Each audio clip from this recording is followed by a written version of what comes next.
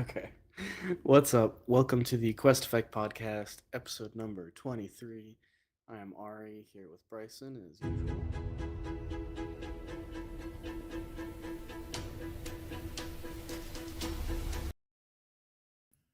I'm dropping. I'm all over the place right now. Okay. Yeah, it's starting to like highlight just how smooth this shit went for the first ones, first two. All right. Can you do an audio test again? Testing. This is about the volume I will be speaking during the podcast, so I'm speaking now so you can get a good sense of the volume and how I sound and what needs to change and any other technical aspects that need to be moved around. Understood. And I just said a few words, and I think our levels are about the same. Um, and our video is not making noise anymore, which is great. Okay. And all right, we could jump back into it. I'll make adjustments on the fly from this point. Okay. Okay. What's up, y'all? Welcome to the Quest Effect Podcast, episode number 23. I am Ari here with Bryson. Bryson here. Uh, Very busy week. I feel like this news that we're going to talk about hit like back to back pretty much. Kind of a 1-2 punch of like just PlayStation and Xbox being weird and things changing up. But specifically at Xbox, we got the news that CEO Phil Spencer is going to be retiring and Sarah Bond is resigning. We got that news at the same time, weirdly. And we learned that Asha Sharma is going to be the new CEO of Microsoft Gaming. We'll talk more about her later. Oh, Uh, but before, just a few days before that, I believe, or no, was it after? I think it was a few days after. Well, anyways, we got the news that PlayStation is shutting down Bluepoint Games, the makers of the Shadow of the Colossus remake or remaster and the Demon Souls remaster. This comes after a live service God of War game that they were working on got canceled, and it sounds like they were looking to work on something else next, trying to figure that out. But they didn't get the chance to because they got shut down by PlayStation. So we'll be discussing that. But let's talk about the Xbox stuff first off, because this is, I mean, obviously it's huge news. Phil Spencer has been with the company for like most of his life. I think, like he yeah. started in, I think the late '80s or early '90s as an intern, and then he got promoted to working on the Xbox team. And then he was like the lead at Xbox. Then he got named the like CEO in 2022. But he's been the face of Xbox for a good amount of time.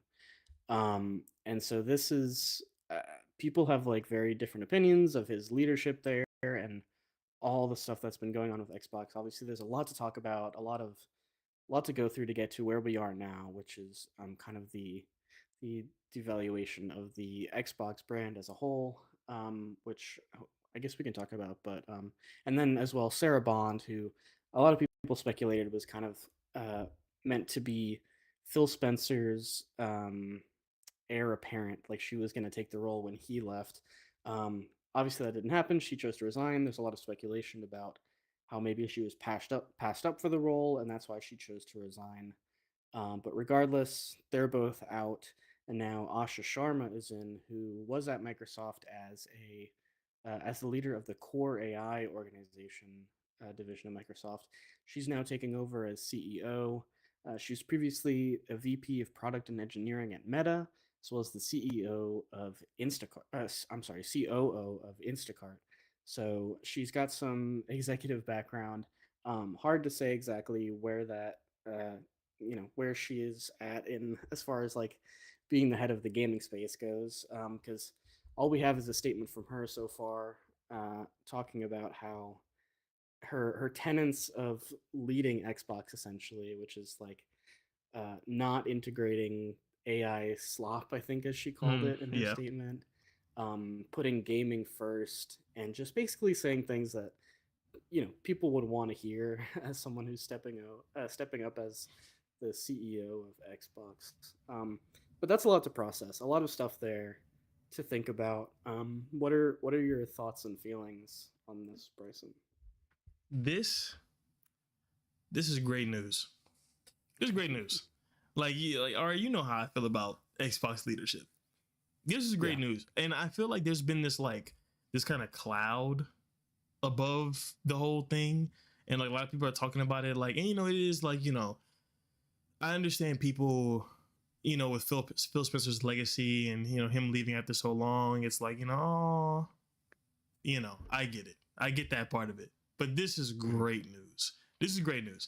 I see nothing but positivity in this news because overall, and we're going to talk about it for a while, but overall, there was bad decisions being made and bad movement from Xbox leadership for the past 10 years.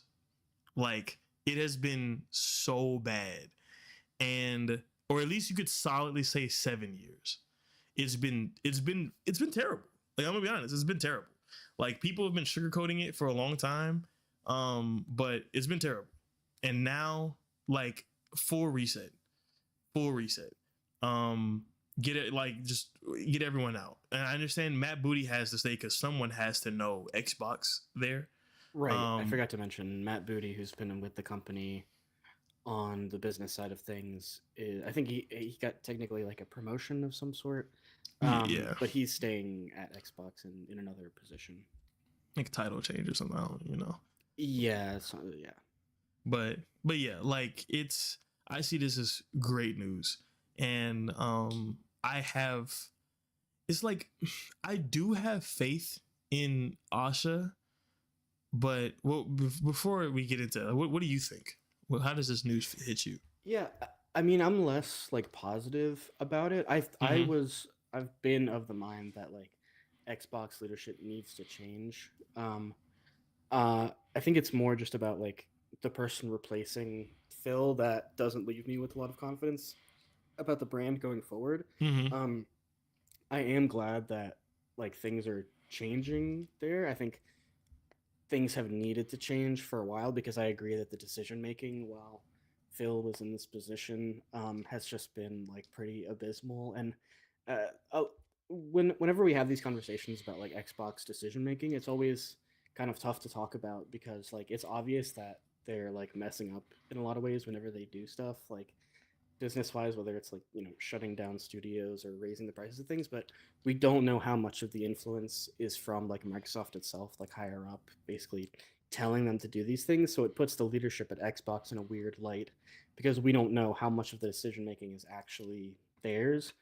Um, but that being said, I think that like things have needed to change for a while because even with like the changes that have been made with the whether like Microsoft's invisible hand has been guiding them, I think like it's been gone like the way it's whatever goals they're trying to achieve has been gone about in like the worst ways. Like the biggest one I think is the acquisition of Activision Blizzard, right? Like that could be pointed to as like the beginning of a downward spiral for Xbox where they acquire all these companies only to lay people off, shut them down, not produce anything meaningful from a $70 billion acquisition of all Yeah. these studios, right? I mean, if let's say like Microsoft wanted to bolster their gaming division, right? And you know, I I find it hard to believe that Microsoft was like, hey, buy like spend 70 billion to buy this enormous gaming studio publisher to like make Yeah. that happen. I firmly believe that was like the decision of Xbox leadership, like Yeah. specifically Phil and people around him. Um, but clearly they don't know how to like they don't have the acumen that other studios do to like foster an environment where these new ideas like have time to flourish because it wasn't long after that acquisition happened that they started shutting those studios down and firing people and like cutting budgets and stuff. So they made that decision without the proper follow through. I mean, they promised to like the FCC that they weren't going to like lay off crazy numbers of people because of this acquisition. They had to like basically petition the government to make this happen, and then they did everything that they said they weren't going to do, and it was ultimately just like a bad decision for everyone involved. So I find it hard to believe that that was all Microsoft. So I think these people have like, I don't want to say they've had it coming for a while, but like I think it's time for new people to step up. I'm just not so sure that this person who is already internally at Microsoft, who is working in the AI division, who is like a career like business executive, is going to be able to make better decisions than the people who are actually who Yeah. have been a part of the gaming divisions, like as bad as decision makers as they were. I don't see this person being any better. So Well, um, I think she knows what to say. Like, I'll give her that. She knows what yeah. people want to hear. It's just a matter of like what decisions she's actually going to make for the brand, and if she's going to step in and like make big decisions for the better, or if she's going to allow Xbox to continue down the path that it's kind of set for itself as a third-party publisher with less of a focus on hardware and more on like subscription models. Like, if she's going to lean in on that, or if she's making big hardware choices, like we don't know. We'll have to see going forward, but I don't feel like, uh, as far as like her record goes, I haven't seen anything that gives me a lot of confidence. Yeah, she definitely seems like the vibe that I get, the vibe that I immediately got when she said, "I'm joining with humility and urgency." I was like, "Urgency? Yeah, this Yeah, is your that's not great. cutthroat executive. Like, people are getting fired for sure. Like, there's gonna be layoffs when she says urgency. That sounds like cleanup." And my thing Well, here, it sounds like she's like echoing the sentiment of like people, like critics of Xbox, right? Like, it sounds like she's trying to cater to the core Xbox audience and what they want to hear, in that like she knows that things haven't been going the way that they want them to. So like she's going to fix it all up, which whenever you hear someone put into a leadership position say they have an easy fix for all of the issues, that's not really a good sign. Just yeah, like in general, in a general sense, but sorry, go ahead. What were you yeah. going to say? But the thing, so here's the thing. I've been thinking about this a lot, obviously, right?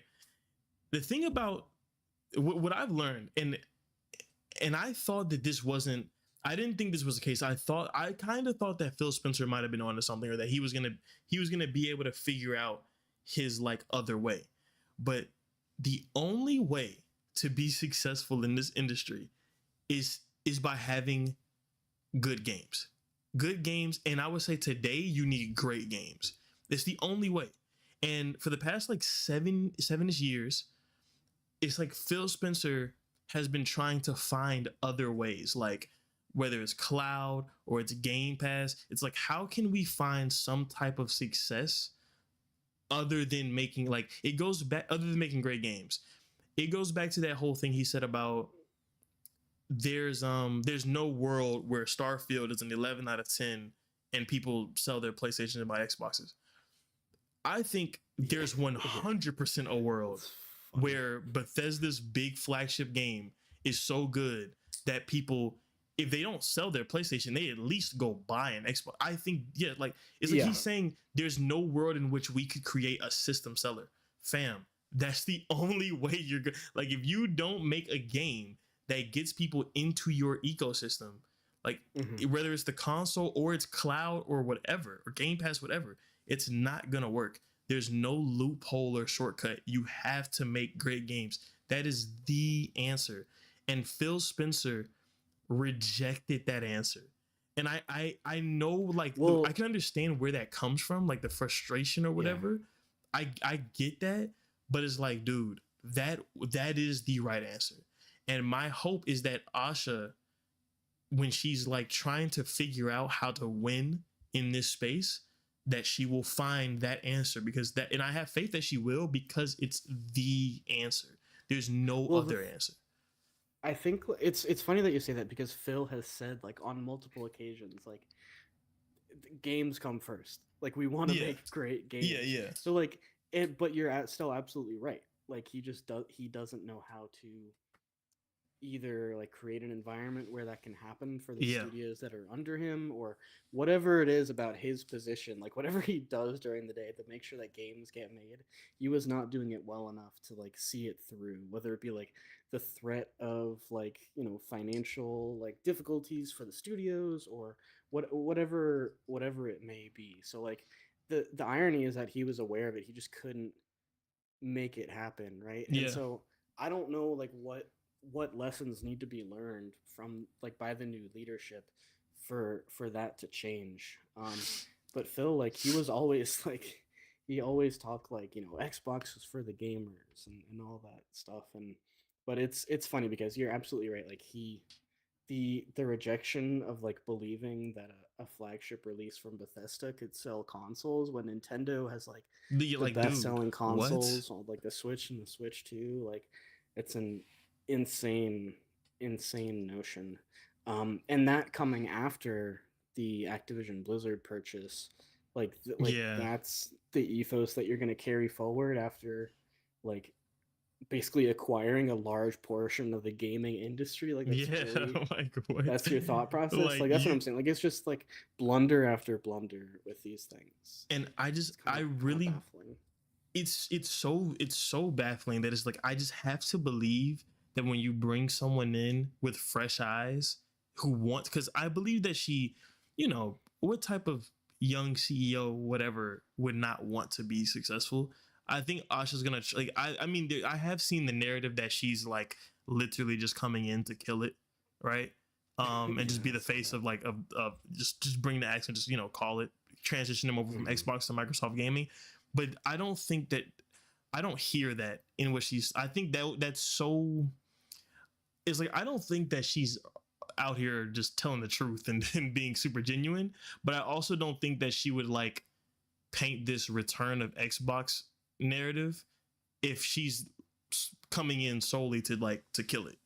I think that'd just be like, We why? do you remember the really awkward sit down where Phil Spencer, Sarah Bond, and Matt Booty were like in stools on like the Xbox studio while they had like this whatever nameless interviewer talk to them. The just for All games interview. because people, yeah, yeah, all because people online were mad at rumors that what was it like Indiana Jones or like Hmm. the was it Indiana Jones? Yeah, that And, Indiana Jones was going to be and Starfield, multi-platform or and Starfield, but like their big also titles basically were going multi-platform. Like, remember, and they straight up just lied about it. Like, yeah, they said that you know we're still um, going forward. We still want Xbox to like retain its value as like a place for exclusives, and they made sure that people got the message that only these games were going to be exclusive going yep, forward. But we've seen the total 180 of that strategy, as everyone yeah. presumed. Like they had this whole conference talking about how that wasn't going to happen, and sure enough, here we are, like years later, and that's exactly the outcome. So I feel like they are very comfortable saying things that they end up not doing. So forgive me for not like entirely believing that when Asha Sharma Yeah. says she's going to revitalize the Xbox brand, that I'm not totally on board with it because they just say shit because they don't they're not gauging like when they make these statements, they're talking to the public, but they're also talking to the people that have money invested in their company and the shareholders and all that stuff because they say what those people want to hear and like you want to project confidence in these scenarios and I think that's just what she's trying to do. um, I don't see it as anything more than that really. That is true. Yeah, that is true. That is true. Yeah, man. But like, yeah, stepping back, I feel like Asha, like I just, like I said, Phil Spencer, he rejected the right answer. I feel like that is like, I feel like you were not gonna find success in this industry without making like truly great games. And when I say truly great games, I'm talking about like the objectively like great successful games. Like I'm not a big fan of Elden Ring, right? I barely played. I don't like it that much, but you need some Elden Rings to be successful. Like you need stuff that's just like heavy hitting. Like I don't mean great in a sense that like, oh, Pentiment is great, people love Pentiment. No, like you need success, like real, You're like talking about heavy you hitters. mean like widely palatable successful games. Yeah, like even something like I was gonna bring up something, but it's a little different. Um, but I think I don't think Xbox like I think Xbox make some good games, right? Like Indiana Jones, like did very well. Yeah, Avowed but would that's what do I'm very talking about. possibly. Outer Worlds too. I think that they just struggle to capitalize on those successes because of their like history of poor decision making has put them in a position where they don't have the leverage to be like, okay, well this. I mean, I say leverage, but they what they should be doing is making these games console exclusive, right, and offering them to whatever loss they're taking on the the moment to moment financial front.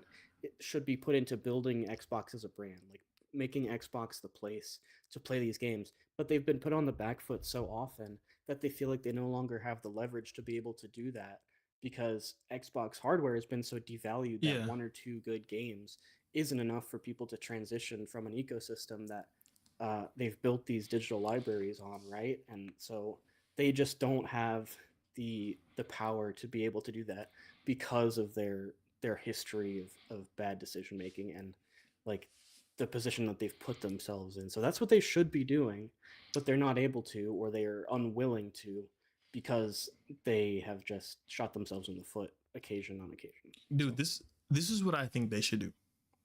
And Sasha, if you're hearing this, is it Sasha? Did I just mess up? Asha. Asha, there you okay. Asha, I'm giving you the blueprint. I'm giving you the answers right here, live. Quest Effect podcast. What needs to be done is you don't need. I don't think you need to go back to exclusives. Not yet. Not yet. But you need to rework Game Pass. Rework Game Pass. Stop with the day one shit. It's over. It failed. The Game Pass experiment is over. Just go like erase the new convoluted whatever you guys got. Game Pass and then Game Pass Lite. Game Pass includes, the stuff that's on there right now, and then it gets Xbox first party after a while after it sells, like PlayStation Plus does it. And then like Game Pass Lite is some like ultra light is like $10, and you get like basically like PlayStation Plus essential level games, right? Boom, those two tiers. Then for the console, Game Pass should be cheaper on your console. Period. If you get Game Pass on your console, it should be like 50% off. And that should be because what I'm saying is they should make their console like first off, say that like have all of your games like PlayStation, have all of your games made for console. Have them made for console. And then like build this idea that if you buy an Xbox, you are gonna get the games made like for that platform, and you're gonna have a cheaper, more affordable experience with Game Pass, yada yada yada. I think if you do that, and then once that's happening, you just do the things that you need to do to improve Xbox Studios as a whole, like just how you guys flow, whatever. I don't know, get the right producers or whatever. Use some of the I don't even use some of the Microsoft money, but get the games flowing. It would be so much better because then and like I said, no, you don't even have to do exclusivity. You can put the games everywhere. Just be the best publisher, and then also have this box that if you buy this box, you can get all the games from that publisher and other publishers for a cheap deal. I think that would be a cool way to sell an Xbox. You know what I'm saying? It basically just make it the Game Pass box. Like, but and also like take away that day one shit. That day one thing is holding is it's not good. That's not gonna work. Yeah.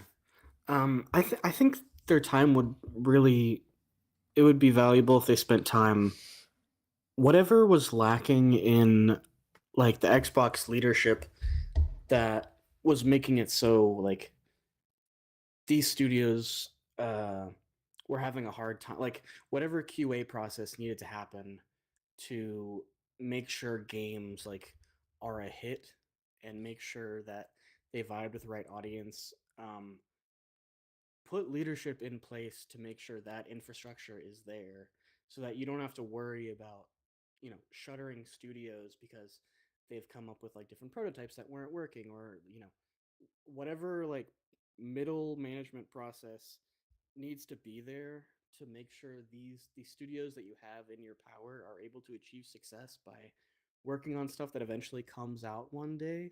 Like I would optimize that process as much as possible. Hire whoever you need to do that, pay them an Whatever. unreasonable salary Yeah, to like make like sure that happens. Like I don't know like the names of these people or who they are, but I'm sure there are people who have that history who could come in and help things out.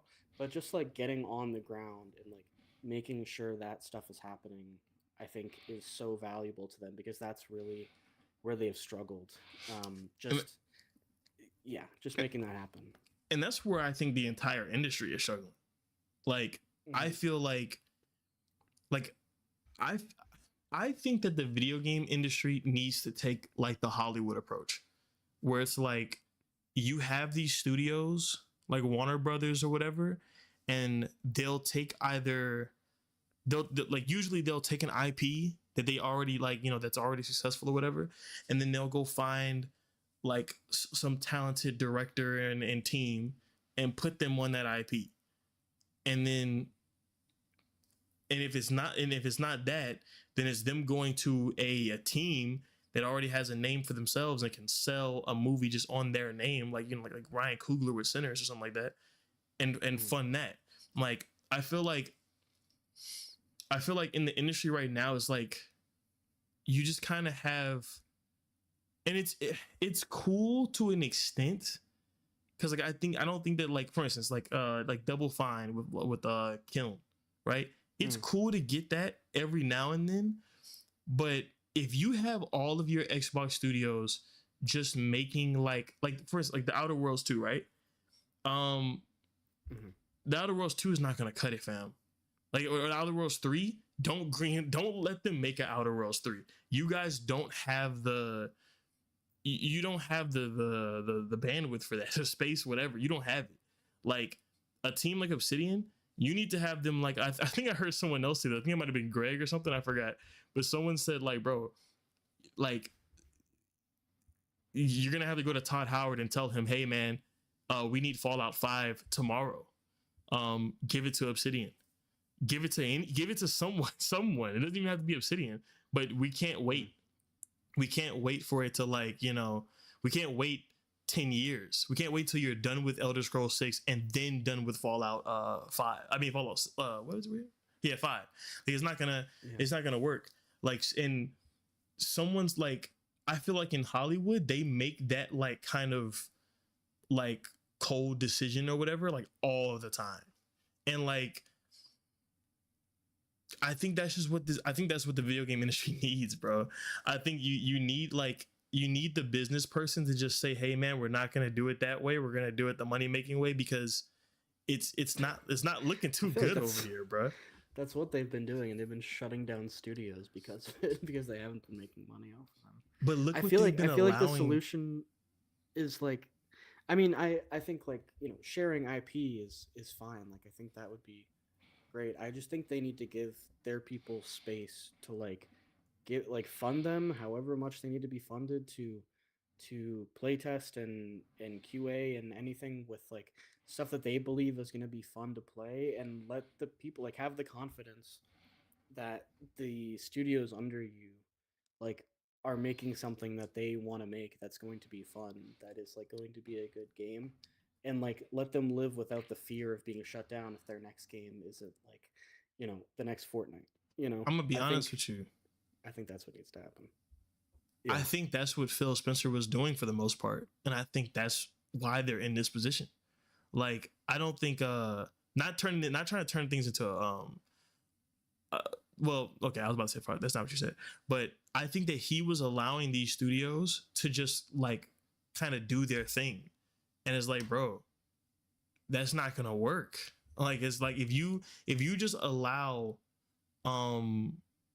the coalition to do whatever, like you run the risk of like if that game is not like really good or successful just off the strength of it being like a fun game or whatever because it's a brand new IP or some shit like that, then that's a huge failure. And now you're gonna start looking at that studio like they might need to get shut down. I know Coalition's working on Gears of War right now, but like there's a lot of like I feel like they like what is Ninja Theory doing? Like what is like you let them cook with a Hellblade, Senua's Sacrifice for however long, for however much money, and then you probably got like no return on that because it just went on Game Pass and barely sold. It's like, Well, that's why I said earlier, like they need to hire the people, like the middle people, to be between Xbox and these studios. Like they need to hire people to check in and make sure that, like, you know, things are like meet the quality standards that need to be met, while also giving them the creative freedom to do things without, like, because when Xbox, like when this stuff goes south for them, like they shut stuff down. Like they shut studios down, they fire people, like people get laid off. That's what happens.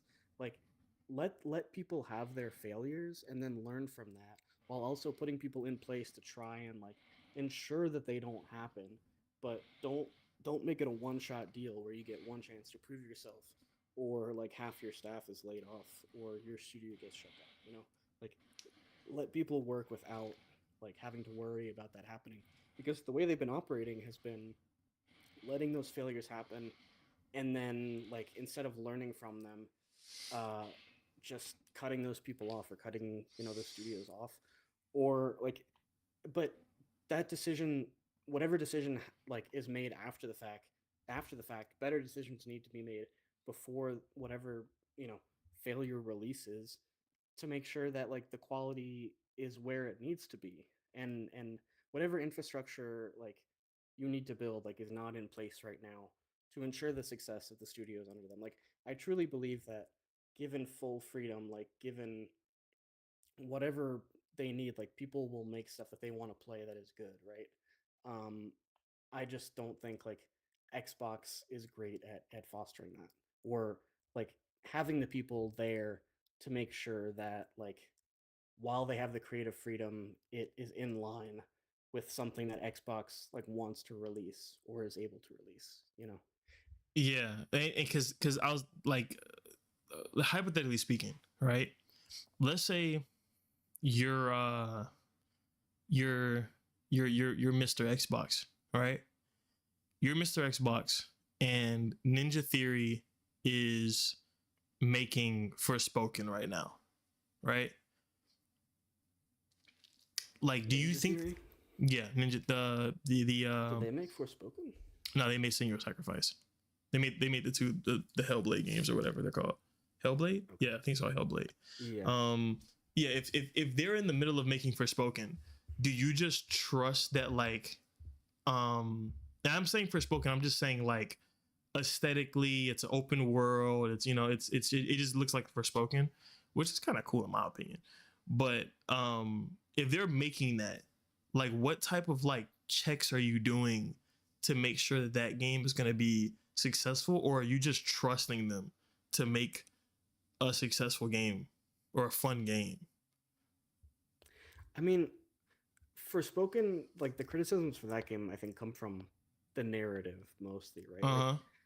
I think I think as far as, like, carving out, for each studio, carving out a niche where their game can be successful, I think an open world game with, like, a magic system that is, like, somewhat engaging, with a very weak story, like, I think, as you're like advising these teams in whatever way Xbox would do with whoever they hire, like, there needs to be some internal reflection, being like, is this what people want to play right now? Do, like, open world, like, magic games, is that something, like, are you executing on that in a way that people would find captivating, and really, like, analyzing stuff from the core, like, however that analysis happens needed to happen with that game. So um if you find that open world fantasy is not, like, let's just say it's not attractive. People are pretty, like, hyped for Crimson Desert, it seems like. But let's say, like, it's not, like, it's with not the trending. framing of, like, an isekai, I mean. Yeah, okay. If you're making an isekai, and the data shows that that's not really, like, that popular, do you tell them, like, you guys need to pivot? Pivot, or find an angle that makes this more appealing and, like, attractive to people. Something Okay. like that. So yeah, I think we're in agreement. Like, you believe that there should be some people on, like, a producer level or whatever at I think Xbox that are saying, like, yo, like, I this think needs there to. needs to be people like asking questions like that. Like, do you think this is the best thing for you to be doing right now? Not saying like make this, but saying like, will this live up to the standards that you're holding it to, or that like players want from a game, right? I think there needs to be people like keeping studios in check while also giving them like ch- providing a gentle hand to like push them in a certain direction, because I think like a lot of the issues comes with like the type of games, right? Like, Mm-hmm. so one of the I think it was you mentioned like the Outer Worlds too, which I think is ironic because I think Xbox has that's one studio where they found like some of their most successes is I with think they're lying, Obsidian, right? Like but yes. they're okay, sure. Like about how much they've sold, you I mean? think they're lying. Well, I don't think they said how much they sold, but I think they're lying about it being like, I think they're boosting or lying the success of it. I I just don't like. Maybe if we see the sales numbers, but did it? I don't even think it was on the Nielsen charts. I'll have to check on that. Let me shut up. I won't be ignorant about it. I'll check it, but I don't. I think they're lying. Anyway, Obsidian releases like at a great pace, like games that might not be like as big as Assassin's Creed or the Elder Scrolls, or like, they're not making like Fortnites, right?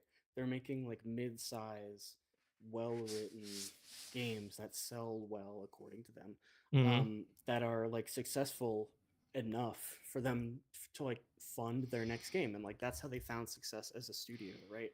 Because they have dialed in what they can make at a certain scale that will resonate with a certain audience. I think if Xbox can master the Hmm. art of like reining in studios to either like find like just to like help them find what they're good at, like what game they can make as best as they can, because Obsidian has got it down. They know what they're doing.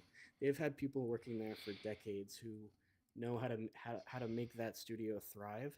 Like, find whoever's in charge of doing that Obsidian and like help them figure out the other studios, like their capacity for making certain things, what they're good at, what strengths they have, and like just foster the creative talent to like produce studios that like maybe there is a studio that would be great at making big AAA games with massive budgets that, you know, can like afford to have the time to make them because they're so popular when they come out. And maybe there's a studio that releases a game like every year and a half that's like closer to scale of like an indie that doesn't have this big budget, but they're successful in their own right, that affords them the capabilities of making more of that type of game. Like, whoever needs to help steer people like studios in that direction, like Xbox needs to find the creative talent to help foster these studios, like make that happen,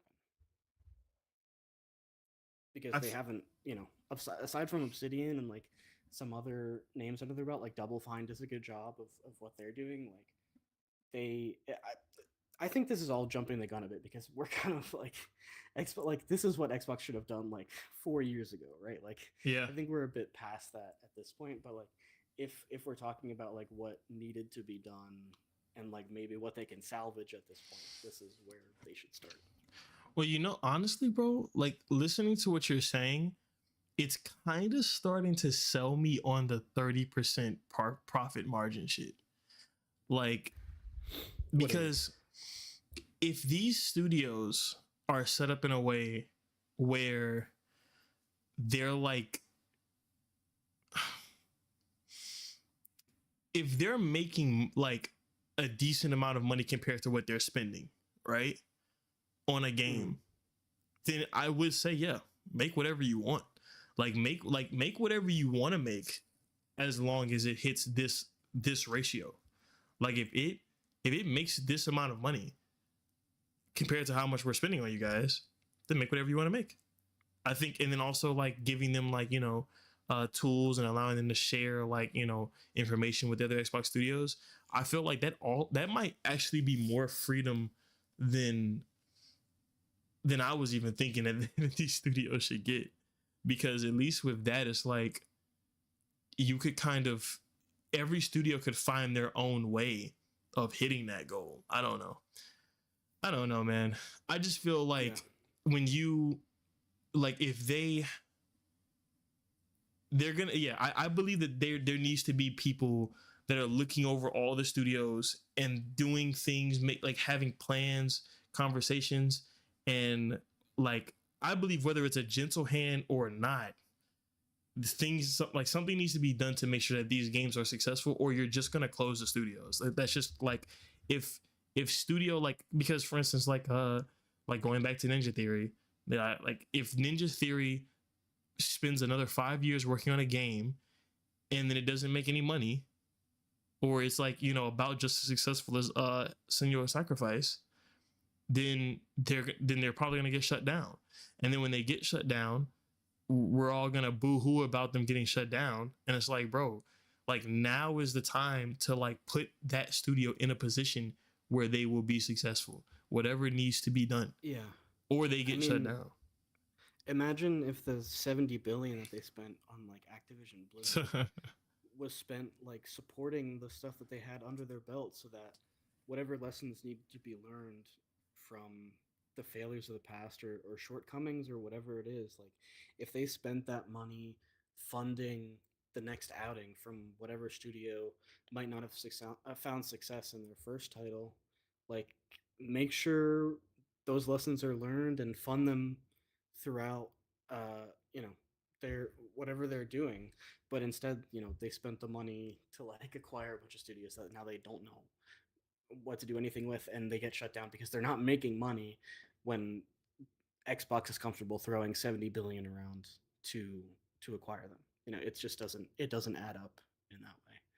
So it's really weird. A lot of that is also just like the predatory nature of just like private, like just business in general is like how nowadays when stuff doesn't make the cut and the margins are when the margins are like as artificially tight as they have been made in this modern era, like their studios aren't given the room to fail and then learn from it and then succeed later. Like but it's totally like manufactured, and it's all the fault of just the higher ups.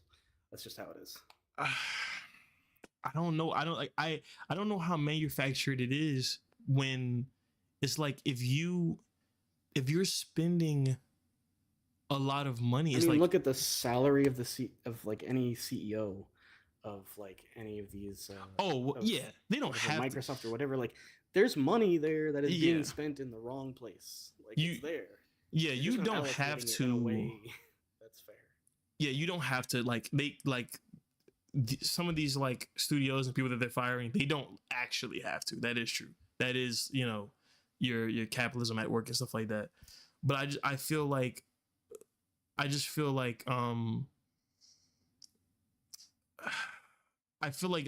with Fable, right? Like there's something, I don't know, like I believe in Fable, right? I think Fable's gonna be great, right? But let's say imagine Fable has like we finally get the game, and like kind of like going back to the Forspoken thing, the writing is like terrible, right? Or the systems are just not right, the combat doesn't feel right, things like that, right?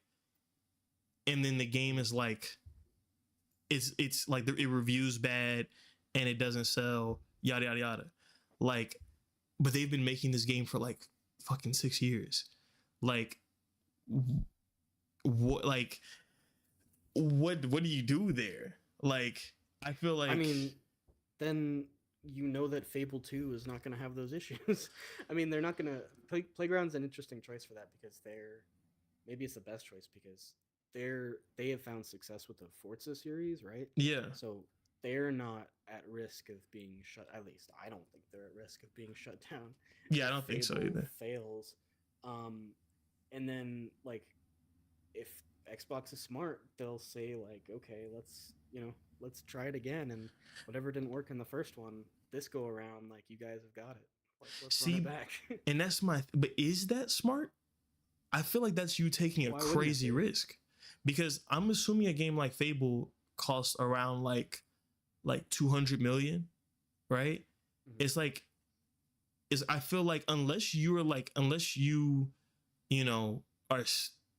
I don't know, like sitting in the writer's room or something like that, like, or you're like spending a ton of time with the gameplay team or whatever, like combat team, whatever. Like, I think that you're basically gonna, like, if you greenlight a Fable 2, it's like you're gambling with another $200 million. Like, But if you can identify the flaws of, you know, the first game and like have the people in the room to know where to improve, and like you've got the reviews and you can say, okay, this is where our shortcomings are, like, and you know that there's an audience that is there for this game specifically, like, I don't like, obviously when you're dealing with that kind of money, like there's more of a conversation there, but I think like giving creatives the opportunity to like improve, um I think I understand how it can seem difficult when you're dealing with something like at this scale, but like that's the only way. If you really want this game to happen, then like, you know, if you want the game or to you happen, want, yeah, I mean, because I don't know. if I'm just Maybe if that's I'm just me that I think that I have like the faith that I they can get it right. I think that's a lot of people that just love video games. I would love for them to get into, like, because I just, like, for instance, like from what we've seen of Fable, aesthetically and just like what they're going for, I really like it. So if this did fail, I would like to see them try it again. But if I'm, Mr. Executive or whatever, like, I feel like a smart choice would be like, hey man, we're not taking that gamble again. We need you guys making Fable. I'm making Forza. Forza, you guys are the Forza studio. I'm sorry. And then if you don't want to be a part of the Forza studio, then you end up leaving. Then they bleed talent that way. But that's kind of what they've already been doing. I get it. I mean, I think that a lot of the issues that they've run into so far, alongside like everything else, is just building, like, if I asked you like what the biggest like Xbox franchise is, you would probably like struggle to like name something nearly as iconic as like God of War or like The Last of Us or something, right? Like, yeah, I say Halo. They have had trouble building, yeah, and like now that's coming to PlayStation, right? Like they've had trouble in recent years building themselves as a brand with like identifying franchises that people can really like associate with them. So I think sometimes you do have to make decisions like that, like greenlighting something that you don't know is going to be successful, to be able to like create that image for yourself as a brand worth like looking at.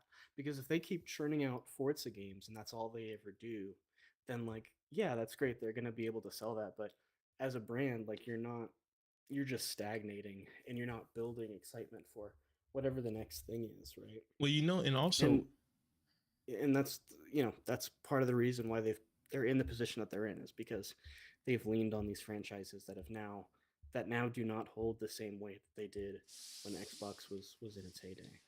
And that goes back to my thing about the Hollywood thing, right? Let's say you had a movie, right? A franchise, and you gave that franchise to a director, and then that director made this movie.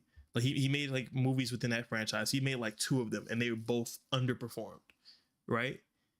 Mm-hmm. What that studio would do is they would take that franchise, they would kick that director, and then they would go get another director. Like maybe like a few years later, they get another director, basically a whole new creative team, give them the franchise, and then like push a new movie, right? Like something that comes to mind, I think this is accurate. I'm like 99% sure this is like almost 1-to-1, like Batman, right? You had your like that like kind of like Joel Schumacher, whatever era. You had your George Clooney, like you had those like weird Batman movies that like didn't do all that great. And then they kind of put the whole thing on pause for a long time. And then, they came back, okay, let's give it to this indie director, Christopher Nolan, see what he does with it, right? He made a couple of critically acclaimed movies. Let's give him Batman and see what he does, right? Whereas like in the video game industry, 404, I mean not 404, 343, they make 2 underperforming, or three actually, 3 like Halo like flops, and then they're like, oh well, don't give it to someone else. Let's just change their name and have them just like start fresh again. It's the same people. Like, I think that's an issue. Like, you should have, like, you can give that franchise to a different creative team or whatever. And then like for instance with the Fable thing, like the idea, like what if like Playground flopped with Fable, right? If it just didn't work out, then like I think the smartest move is not like, well, my fault. I think that letting Playground get another, like me personally, I feel like Playground getting another like swing at it is a decent idea because I just like what they've done, what we've seen so far. But I think a safe move, if you have an IP as big as Fable, is you would just go find someone else who you believe can do something with the Fable franchise and actually like, you know, excel with it or whatever. Like, and you probably, honestly, you probably could find someone that like for like pretty cheap who, that's not when I say pretty cheap, someone cheaper than your Playground games to make something that's Fable. Like you could maybe go to like an indie studio, and you don't even have to acquire them, but you could like find some relationship with the indie studio that you believe could actually do something with Fable, and see what happens from there. It's probably be way cheaper. Like, and you probably hit that profit margin or whatever that you're trying to hit. People want Fable to be. I mean, or at least it's not what Xbox wants Fable to be. It's like their next big like franchise that they've revived, right? I think like compromising on the vision of that to make it for like less money, or you know, going with someone who maybe has a different like, because clearly Playground like wants to make it uh in so that it is in line with like the previous games, right? Like doing it in a way that it is definitively like a Fable game, Mm-hmm. while keeping it in the budget of like a modern AAA, right? Um, I think I think that's the vision that they would want, and I think they would struggle to find it. And I think Playground is in a like you say it almost as if it's like a downside that Playground is making it because they also make Forza. But I think that's the best case scenario because like they have that income from a franchise that is already successful, that they know is going to continue to be successful because of the niche that it fills, that they do like specifically there, that they can afford to make a game that maybe doesn't do well like Fable, that they're not at risk of like staking their livelihoods on one game that releases. Like they are, I think, the best case scenario because they're not taking on the amount of risk that any other studio would be taking on by developing something at this scale. You know, Yeah, I think they're the best option. I think you're right. 'Cause I was listening to the Kind of Funny podcast, and they had Paris on there, and he said they were talking about like what studios do you guys think are in trouble, and Paris said that like every studio outside of like some of the Call of Duty studios, like Treyarch and Infinity Ward and Playground. He was like those like Playground and the Call of Duty stuff is safe. Everyone else is at risk. Like everyone, and I believe that. Like I fully agree with that. I think like your Infinity Ward and Treyarch Call of Duty duo combo, they're good. I also think that the Overwatch team is good because Overwatch's numbers are up right now. So I'd like to believe that they're good. And yeah, I think Playground is good because they make a successful game that comes out like all the time, and you know, yeah, I think they're good. But yeah, I feel like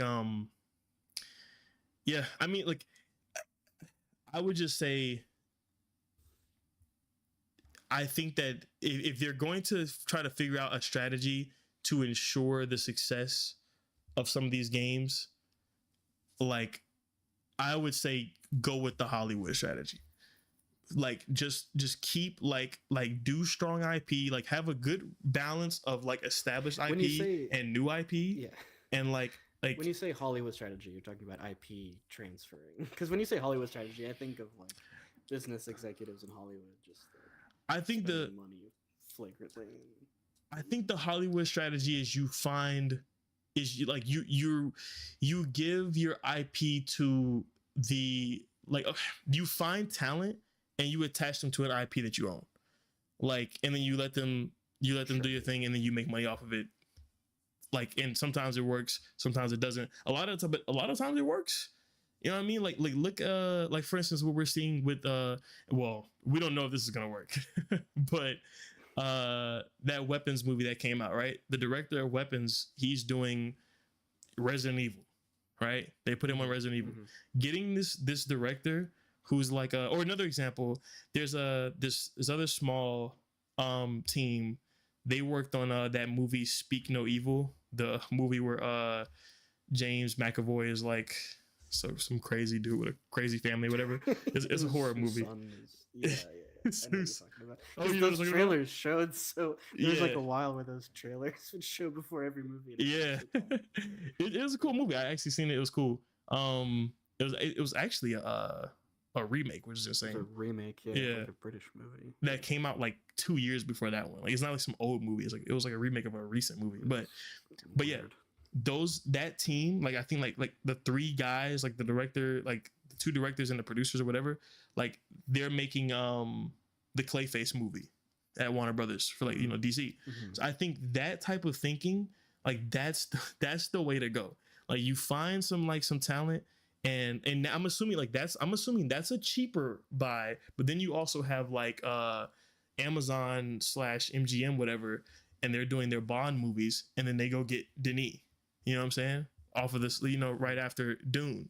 Like they probably are gonna spend a lot of money to get him over, but that's how you ensure that that those movies are gonna be good. You know what I'm saying? Like that's your best bet in like making sure that movie's gonna be good is by getting crazy talent behind the camera and in front of the camera. So it's like, whereas I feel like in the games industry, they'll take something that's like if the film industry has 007, I'll say the game industry has fucking Splinter Cell, right? Or something, I don't know, something what's so decently sized, let's say Splinter Cell, Nathan right? Drake. Uncharted, yeah. Well, Uncharted is in a better spot because whatever. But look, I'll say Splinter Cell. They will let anyone make Splinter Cell. in the game industry, we'll find out who's like the creative team behind Splinter Cell, and it's random people, bro. Like when I say random people, I mean like relatively random to like us people who even me and you who keep up with this stuff. We won't know who's on that team. Like we won't know these people. Rarely do we know the names, like there's like these big names or whatever, like and I'm not saying like just like your Hideo Kojima's, like I'm talking also like your Brian Idahar, like we know those people, but like they will give something as strong as Splinter Cell and something like as like important in like what do you call it, something they will give an IP with that much cultural like build up and standing or whatever to just like whoever Ubisoft decides to put on the team. It's like they don't really care that as much as Hollywood would care about something like that. And I think that's a huge problem. But yeah, that's where I'm at on it. I feel like if they're gonna, and I think that's a formula that just works, bro. But then at the same time, yes, you have to also have the producers, because like even with like the case of 007 and putting Denis on 007, you're still gonna have a ton of producers that are in there telling Denis, yeah, bro, we can't have 007 lose one of his eyes.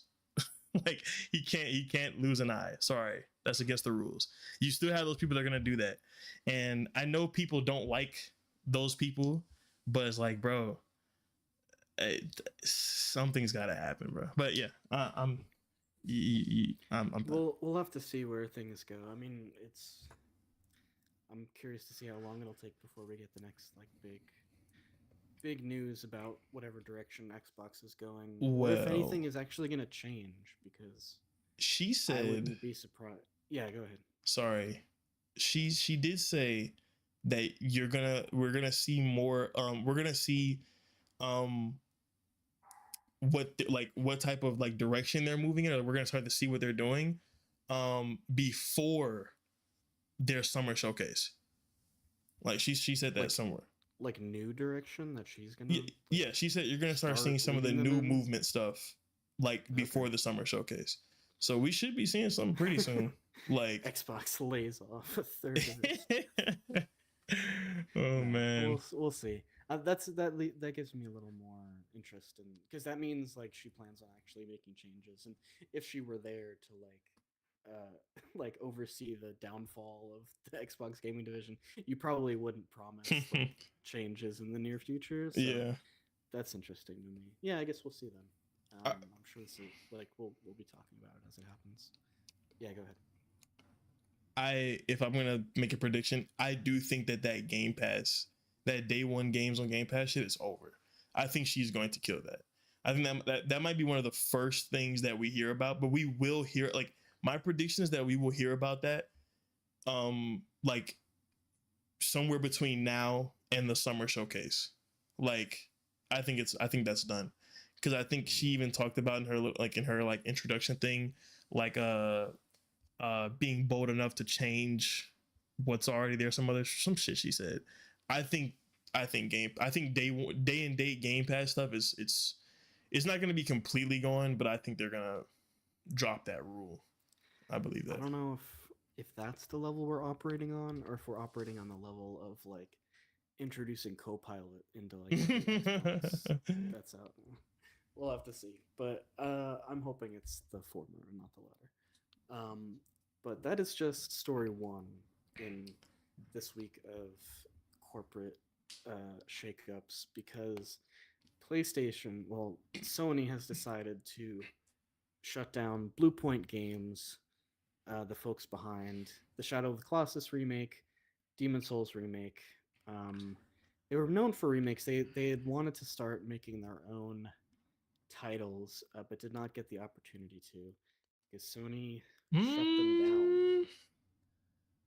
Oh yes, I We'll don't. talk about it. Yeah, We'll talk let's about get it. into it. They PlayStation spokesperson told Bloomberg that 70 workers would be affected. This is from thisweekinvideogames.com, by the way.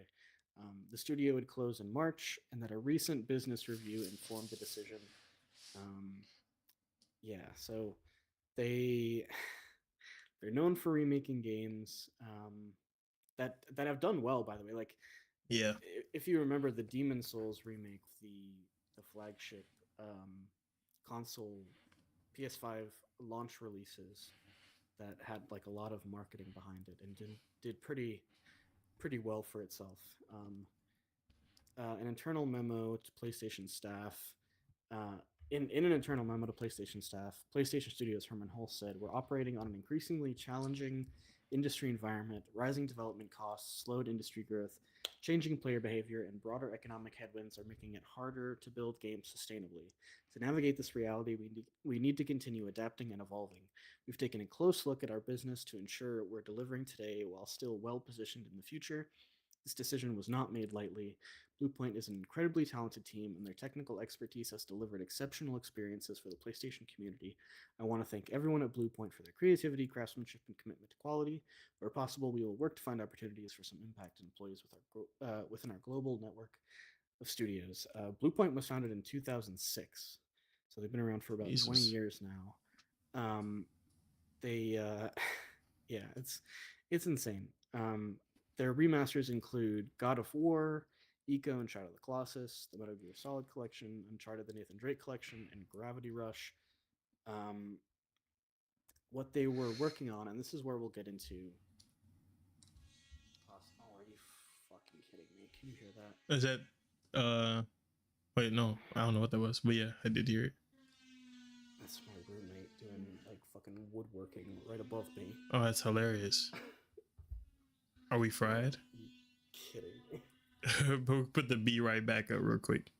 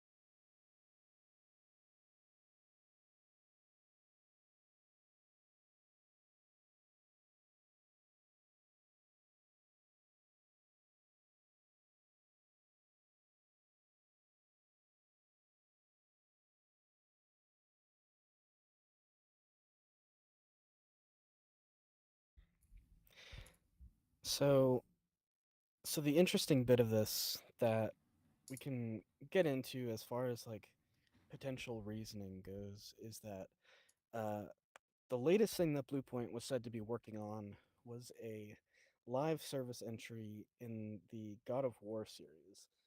Um, this we can assume that this was a part of the massive live service push that PlayStation underwent under Jim Ryan when he was still at PlayStation. They had a lot of stuff planned out that did not pan out in the way that they wanted it to, specifically games like Concord. And if we're talking about studios that were put in a weird position to do live service stuff, we can talk about Naughty Dog and their Last of Us live service stuff that ended up just not coming out that they were working on for years. Um, so if we are to speculate about this, we can assume that the, the PlayStation felt as if the money lost in the effort to make this God of War live service game that eventually got canceled as Bluepoint was trying to figure out what to do after that cancellation. We can assume that this is the reasoning behind the studio's closure. But I think everyone's in agreement that that is pretty bad reasoning for a studio that gave you successful remakes of popular franchises to shut them down after a decision to force them into making something that very few people wanted, that they had to spend money and time into making. Just a lot of bad decisions all around in this one, and kind of gives you an inside look into where like the corporate headspace is at as far as like wanting immediate profits and what they are willing to do when they don't get it. What are your thoughts on this, Bryson? So first off, this is a PlayStation issue, right? I think overall this kind of goes back to Hermen Hulst and like whoever, like the like Hermen Hulst probably mainly, and then like whoever the other guy is looking over PlayStation. Like I think no, it's Hermen Hulst. It's Hermen Hulst. I love to defend Hermen Hulst because, like for instance, like people defend Phil Spencer. I've heard so much. Phil Spencer was a real gamer over the past like 3 days, and it's like, dude, I don't care if he's a real gamer. I'm a real gamer. You're gonna put me in charge because I play video games? Like Yeah, I use toilet paper. You're gonna put me in charge of fucking Charmin? Like what are we talking about? It's stupid. But the thing I like about Hermen Hulst was that Hermen Hulst was a studio head. You know what I mean? Like he was. I think that's a cool thing for someone to have in their in their history before becoming the head of like PlayStation or some shit like that. So yeah, I like Hermen Hulst. And in the things that we hear every now and then, like the stuff that we heard from around like Concord, I think he made the wrong bet, but I like where his head was at. But for this one, because here's the story I'm going with, right? Because this is coming from like Detective Seeds. Detective Seeds is this like leaker who's been around for like about like 2 years or whatever. And he said he reached out to like 80 different Bluepoint people, and he was able to like talk to 2 people, right? And the narrative from that, and maybe some other things, was Bluepoint. They were helping work on Ragnarok because they were also like they were doing support studio stuff, right? So they were working on Ragnarok, and they supposedly like really like they liked that world, right? They liked like whatever they were doing, like they wanted to kind of stay in it, and they pitched the multiplayer God of War thing, right? And then the multiplayer God of War thing was in development for X amount of time until they just canceled it, right? And my thing is at the end of the day, it's like, and this goes to kind of how like I feel about like how some of these like video game executives should move. I don't think that you should allow Bluepoint to make multiplayer God of War thing if you don't like. You need to have the foresight to be able to tell if you're going to end up canceling it. If you were going to end up canceling it, because of like the fact that you allowed them to work on that, or force them to work on it, whichever story you like want to go with, and then you canceled it, it's on you. Like it's just bad Well, moving I from their mean, side of it. that's in line with all of the other live service plans that they had in place, right? Like they it, from the jump, like everyone was skeptical that PlayStation being like a major publisher of like live service games primarily was like everyone knew that was a bad idea apparently except for PlayStation themselves, And me. and they just had to rope in every one of their major studios to try and get on board with that. And maybe Bluepoint thought that like pitching that meant that it was the a proper first step into like Yeah. ingratiating themselves to get the funding for more like original titles after the Yeah. fact. I don't know what their thought process was with that, but as far as like the whole initiative about making live service games, like that was ill conceived like from the beginning. So that's totally on PlayStation Yeah, as well. and that goes to what Detective Seeds had like heard from those two developers as well, because it was like they pitched the multiplayer game, but they pitched it like the two things that that seemed to be the biggest motivations for that pitch was they liked God of War, what they were doing with the God of War stuff, and they Hmm. knew that PlayStation wanted multiplayer, so like that was the Yeah. reasoning for it. So yeah, like, and then also even going back to like with Naughty Dog, like that team, it seemed like they actually did want to make factions, whatever they were working on, but then like it's like it's just I just think like It's you can't allow, like it's your job to make sure that like there's no wasted time and money. So then when there ends up being what you guys, when you guys go and crunch the numbers and you see, oh well, this is we're losing money with this, it's like that's your fault. Like that's your fault, and I well fully feel like that's your fault because the game never released. the It'd thing be with like all the live service stuff is that the the executives who make the decisions to like pursue the development of these types of games, they cite like the successes, right? Like your Destinies and Fortnites and I don't know, is Minecraft, is that technically a live service game? yeah, Regardless, they see the stuff that makes money and point to imagine how much money we could make if we did one of these, while ignoring like the multitude of shitty replicas of that type of game that comes out every year and costs people like millions of dollars, cost studios millions of dollars that don't end up going anywhere because everyone thinks that they can be the next one, and they want a piece of like the cash cow that is live service games.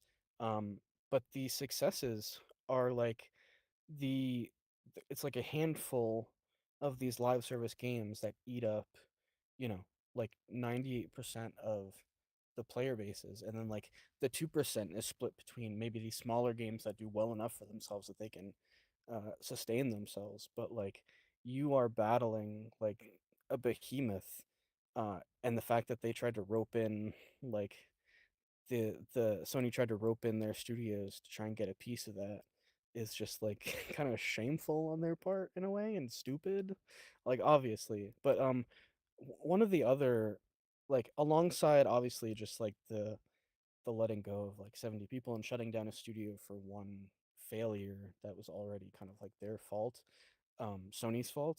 The other reason that the Bluepoint shutdown doesn't make sense is because they predominantly like made remakes of successful games that sold well.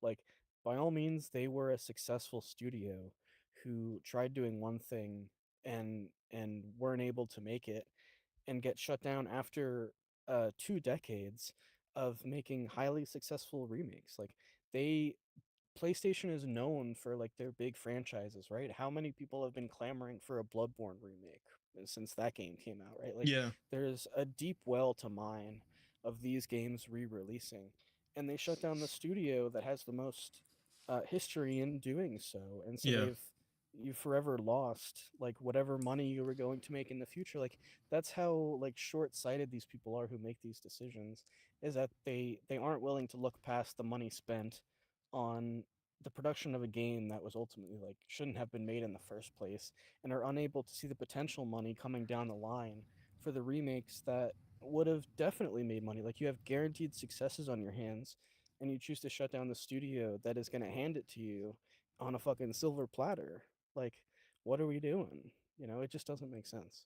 Yeah, man. And I would even say, like, I was going back and forth in my head about this, but like, if they would have pitched the multiplayer God of War thing, you could have like said, yeah, nah, we need you guys doing a remake of something like Bloodborne or some shit like that. You could have said that.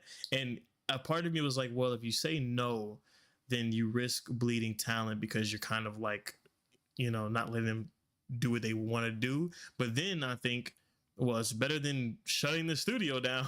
So it's like, yeah, man, like you could have just made the like. It's like Herman Host, you gotta make the call, bro. You gotta make that call. Like that was like from my understanding, that call goes to you. Like it Well, goes to it's you. like, I think, I mean, in the statement that Herman Holst made, he talks about the economic conditions and whatever else to strain that, like, Yeah. financially this was the right move. But you No. don't know how much money you could, like, potentially, like, they seemingly know how much money they could make on whatever live service title they produce, but they're incapable of seeing the math equation that leads them to, like, money made, like, game made in future means money lost in present gets made up. Like, that is that is an equation that doesn't run through their head at any point in time.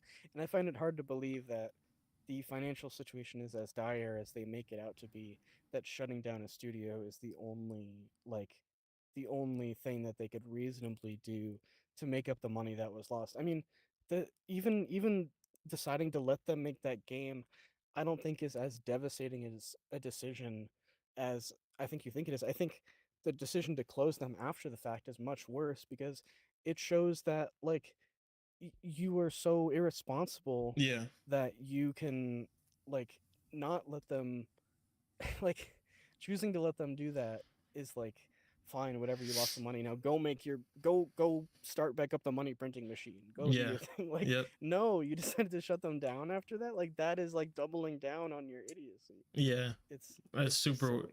Yeah. It's really stupid. Like I don't understand how they I don't understand how that happens. And like it's just weird. It makes me think about, this is why I'm not just patiently sitting here like, oh, whenever Corey's game comes out, it's gonna be great. Like, because I feel like there's like sometimes like we go into this mode where we're like, oh, just let them cook, man. They're working on it. It's gonna be good. Is it gonna release? Like, I don't think there's like yeah, like I'm not saying like go harass Insomniac and force them to drop Wolverine. We that's coming. But actually, like, what the hell is Santa Monica working? Like, what is Corey's game? Like, this is why I get like I'm worried about Corey's game. It's not because I'm just like so antsy to play it. Like a good bit of that is coming from the fact that, like, dude, PlayStation's output it's been off. Like, it's been off. Like, I think it's been like, here's my thing. I think it's been good. I think that people kind of blow it out of proportion a bit. Like, I think PlayStation has been releasing like two like exclusive, like good exclusive games every year. I think that's a good output, but it could be stronger. Like, coming from the PS4 generation and them having more studios, like, and a lot of these games being like honestly just like huge, a lot of these games building off of the like the previous game, you would think Yeah. that like they would be able to put out way more than what they're putting out. Like, yeah, I do believe that what they're putting out is a good, like they're putting out games at like an acceptable rate, but it should have been way better. Like, we should have gotten a game from Bluepoint by now. Like, we should be getting, like, instead of news of them shutting down, we should be getting a trailer for their game. Like, that's what Yeah. should be happening right now. Like, 6 years, 5 years, whatever, after Demon Souls, that's what we should be getting. Mm-hmm. Not news that they're closing down. And we should be getting like news and trailers from every single game that from every studio that released a game in 2020 and back and hasn't released a game since. Like, that's just where it is. Like, it's been 5 years, bro. They're just like, the budgets are so like crazy high with these games that, like, I think they've opened Pandora's box where it's difficult to rein in the budgets of a game, when you have expectations from players of like what to expect, um, and I'm not saying that like it's impossible to make games on a reasonable budget, Mm-hmm. within a certain time frame, like that still meet like certain quality standards. Like I think that we have just been like the how do I put this? The expectations of gamers have just like they can only go up and not down. Like once you see the capacity and the potential of what things can be, and you as a studio, or as a publisher, like as Sony, you have to hold your studios to those standards, which makes it so like you get these long development times, and these things don't see the light of day for like 6 to 8 years, because they have to meet these ridiculous standards that people that aren't even like they're just the baseline of what people expect from a studio like yours. It's just a very different landscape that we're in right now. And we've talked about this a bunch in the past, how indies are like filling that hole that Mm-hmm. AAA publishers are leaving with these crazy time frames. Um, but the fact that it's, I mean, when it leads to an inflection point like this where you're shutting down one uh, a studio over one game that didn't go well, like is that you do you actually believe that's something that needs to happen, or does it, or has it happened because it isn't in line with the status quo that you've established for yourselves and for your studios, that they have been put in an uncomfortable position to try and meet? And like are they just like, do you have to maintain the standard of of a PlayStation production and like the output or whatever it is that they deemed Blue Point wasn't worthy of like continuing on after their failure? Like is that truly where your head's at, or is that just like the state of things that you feel is necessary, and like what people expect you to do? Herman Holst, the lead of PlayStation, do people expect you to shut that down because they see the number going, like shareholders see the number going down for long enough and not going up? I think it's just the environment that has been built up around like this modern game production culture, which I needs to mean, change. whatever, like, and whatever their like standards are, I mean, it allows a game like Concord and Sorrows to go out, and I feel like Concord and Sorrows are not at the same PlayStation quality bar that Well, I've Soros isn't seen. out yet. Yeah, but I don't here, know. let I me think that's more of your opinion than eh, than an objective fact. But let's Concord, take. I think Concord is like, Concord is interesting because on paper, like it's everything you could want as an executive. Like if you don't if you don't do any critical thinking, like Mhm. live service multiplayer shooter that visually has a budget, like you can tell, right? Like they wanted it to be like Yeah, Overwatch, where they they sell you on the production value and quality, and maintain players with the satisfying gameplay, but they didn't the gameplay just wasn't there, and they didn't have like a long plan and a million other things, right? um I don't even remember what my point was going to be, but that's how you get failures like that, is by like seeing like 5 feet ahead of you and thinking that Concord is going to be like the next Overwatch. And that's what you get when you make short-term decisions, is you end up doing boneheaded stuff like and closing down one it of your most successful studios. and that studio, the Concord team, didn't get a second chance either. I'll point that out. But No, yeah, um, yeah, the 2 weeks. like, dude, studio shutdown is insane. But I also want to like take the Blue Point thing a little bit further, right? Because I believe that one of two things happened, and it got us here, right? Option number one, I think, because like let's just go with the game got greenlit. Whatever this multiplayer God of War thing was, it got greenlit. We heard rumors of like we heard like little stuff leaks and stuff like I think there's some of it was in the Insomniac leaks, I think, as well, or something like that. But it's been a thing. It got greenlit. It was going right. So there was a point where everyone was in agreement that this was the thing and that they were going to do it, right? Um, what if?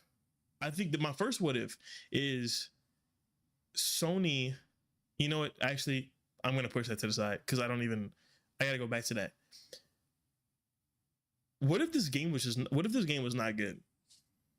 What if this game was they were like, what type of multiplayer live service God of War game takes you 5 years to make?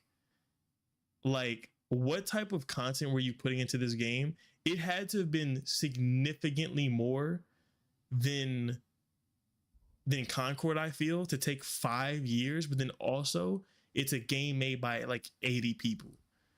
What was the game? Like, was the game just not like, did it not feel good to play? Did they feel like it didn't live up to the God of War standard? I mean, Sons of Sparta just came out and it's reviewing pretty mid.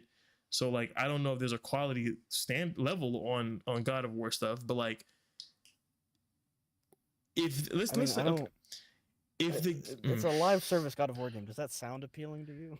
Like a little, is that something a that little. wanna, okay, I think you're the outlier there. Because that does not sound like something I would want to try or like even try rather than like spend money on. I think a live service like, I think if you made some type of live service game where you're playing as like some like mythological gods, beings, whatever the hell, and it's in the God of War universe, and it's pretty like how Blue Point games are pretty, right? And how God of War is pretty. I think that game would have made a decent amount of noise. I think like for the casuals, I think you could have done something with it. But I mean, I wouldn't. I don't know.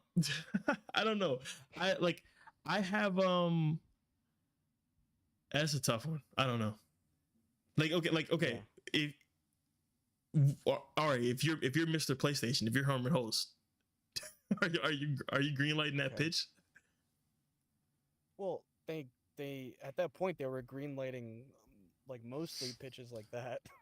I don't think I think it was more Jim Ryan like being himself and like and people like Herman Hulst like following in his footsteps, like as far as that initiative goes. It's hard for me to separate myself from my current feelings enough to be like, yes, I would agree like that, because no, like no, that sounds like a terrible idea. I mean, even the Horizon game, the Horizon live service game that just got revealed last week or 2 weeks ago, like that is a game that it looks like it's finished, and like they went through and they made that game, and even that doesn't look promising, and reception to that, like even the reveal has been lukewarm. So like no, it doesn't seem like a good idea. They've got business executive brain rot. Like whatever does that to them, like it's whatever they see in these potential games is not there. I mean they see money and that's not there either, but like it shouldn't have even been a question in their minds that, and I still firmly believe that you said like Blue Point pitched that to them, like I think that's because they wanted to show that they could create original content, and they saw that as like a foothold where they could get something greenlit and see that as like a stepping stone to making more original stuff. I mean, I don't know what the internal structure or management of Blue Point itself is like, but maybe they wanted to make live service stuff, but like that is not uh, they went about it in in the wrong way. It's just like it's a really shitty outcome. Like it's something that just shouldn't have happened like to begin with. Like the steps leading up to it are so like ill placed. Just to start off. Why would you, if you had to guess, why do you think Sony would cancel this game and shut down Blue Point? To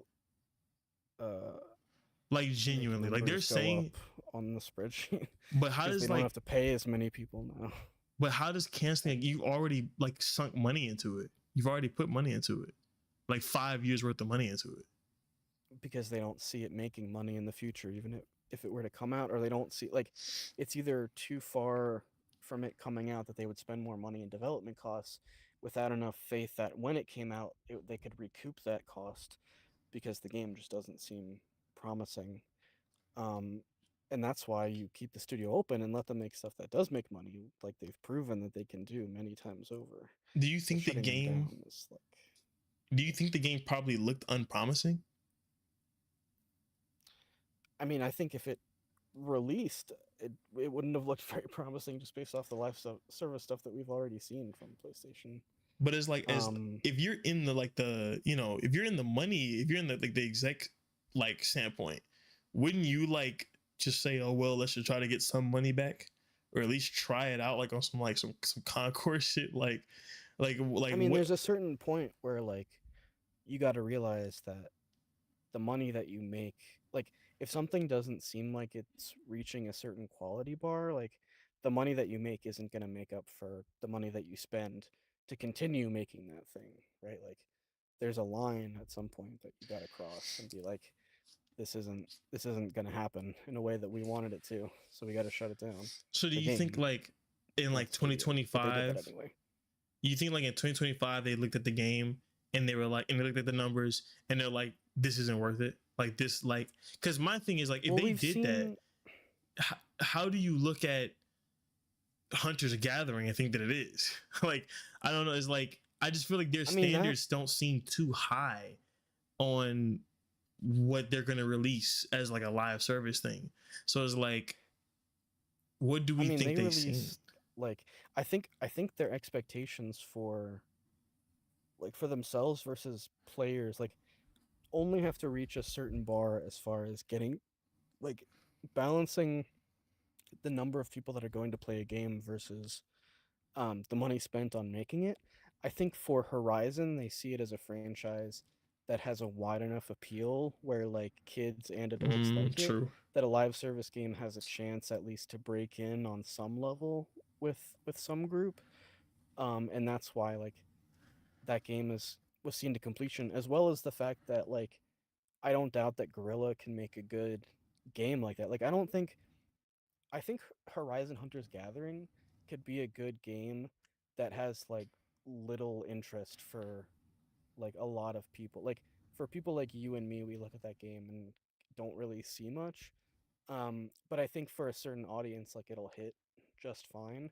And I think balancing that like potential reception with Gorilla's ability to like see the game's development through to the end is like enough for them to put the money into it where they can see a potential return on that investment.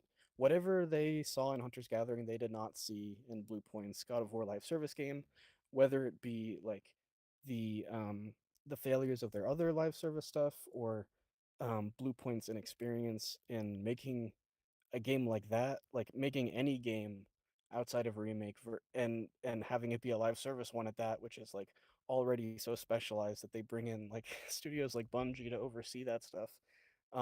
They weren't seeing whatever they saw in Hunter's Gathering in their God of War live service title, or they didn't see the appeal in it. They didn't see how it would make money.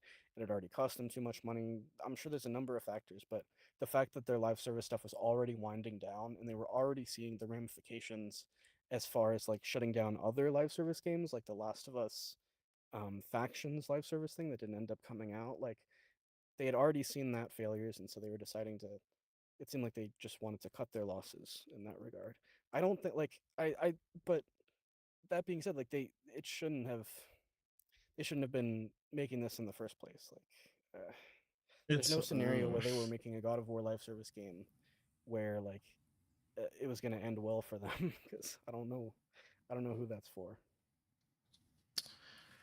well, So it's a shitty situation and it sucks. And I hope that the people at Blue Point can like I wouldn't be surprised if they founded their own studio, like a bunch of them, and made a game that they really wanted to make, because we've seen that. We've seen developers come back and do their own stuff and be successful at it. So here's hoping that they can do that.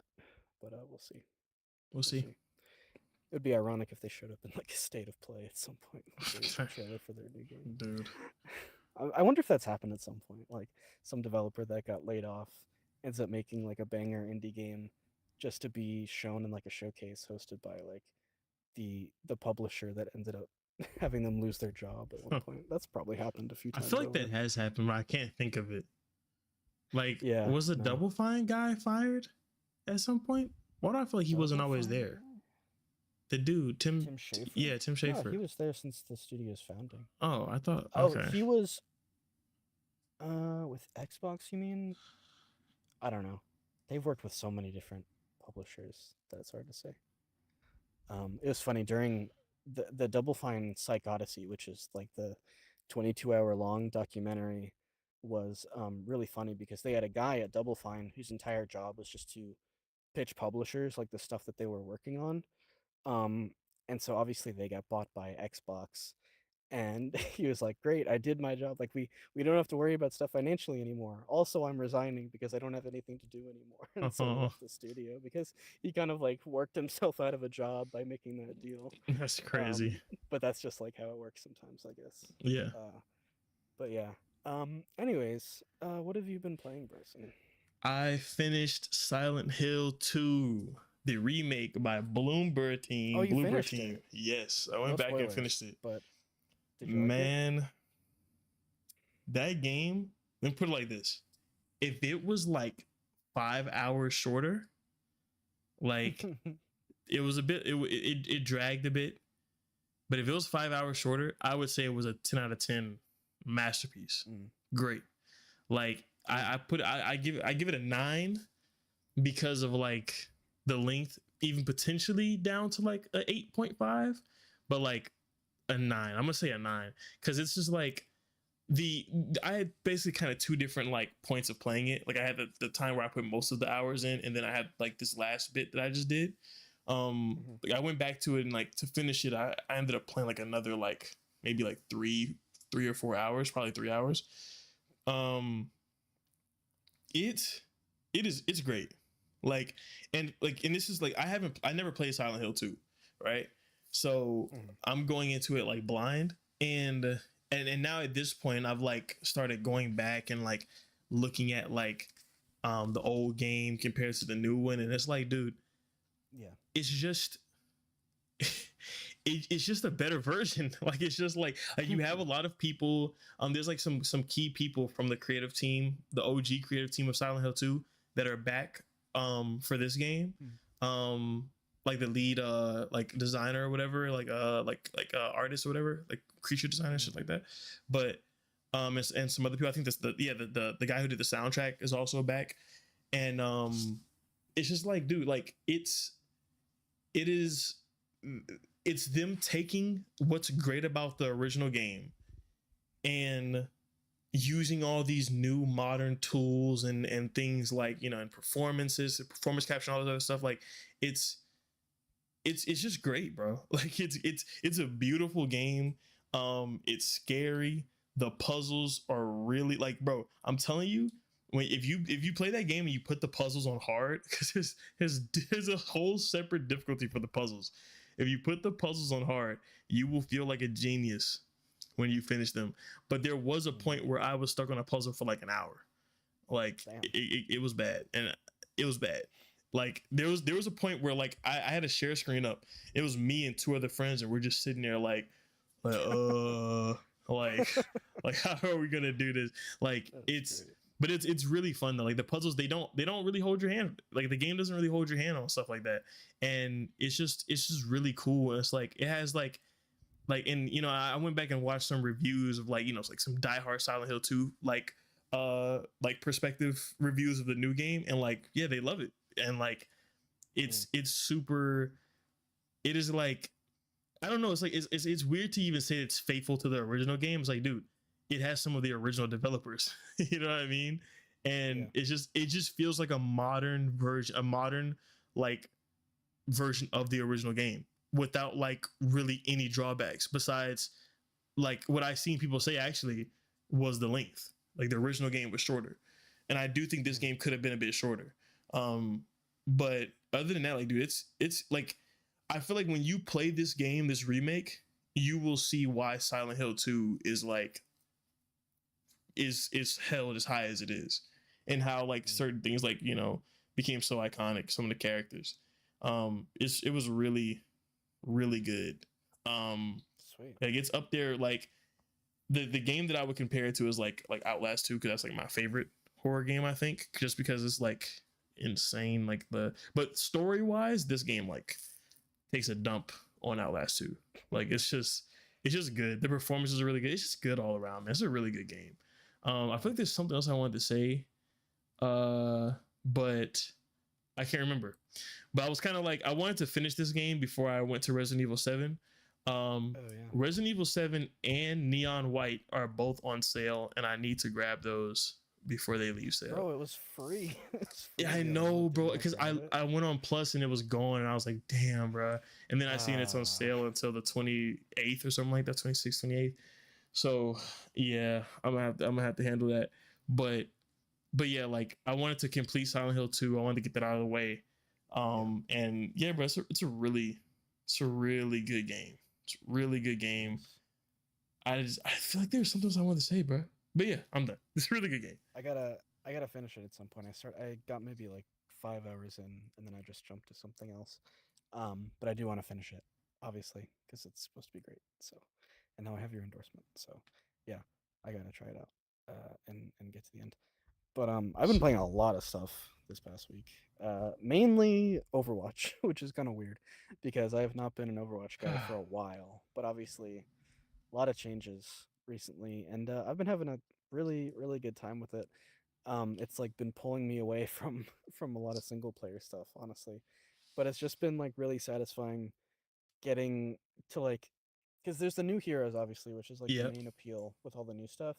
But then there's also all the stuff with the older heroes that I can try out with like the new mechanics. So like there's the abilities that you get when you play in a match. I don't know if it's like after like you get enough ability score or like kills or whatever it is, but you unlock certain abilities like as you play that are like really satisfying to unlock. Like I play a lot of Mei, and so like you get the choice between two different abilities, two different times. Like the first time, the one that I always choose with Mei is she basically gets like a double jump where she like jumps on an icicle. Okay, yeah, you choose that and one. that's really satisfying because she's a lot of Mei is just like getting out of sticky situations, like whether it's like freezing yourself or putting a wall in between you and someone else. And so being able to like get out of the ice block with like 3 people surrounding you and like do a double jump and like put a wall behind you is very funny, I think, and satisfying.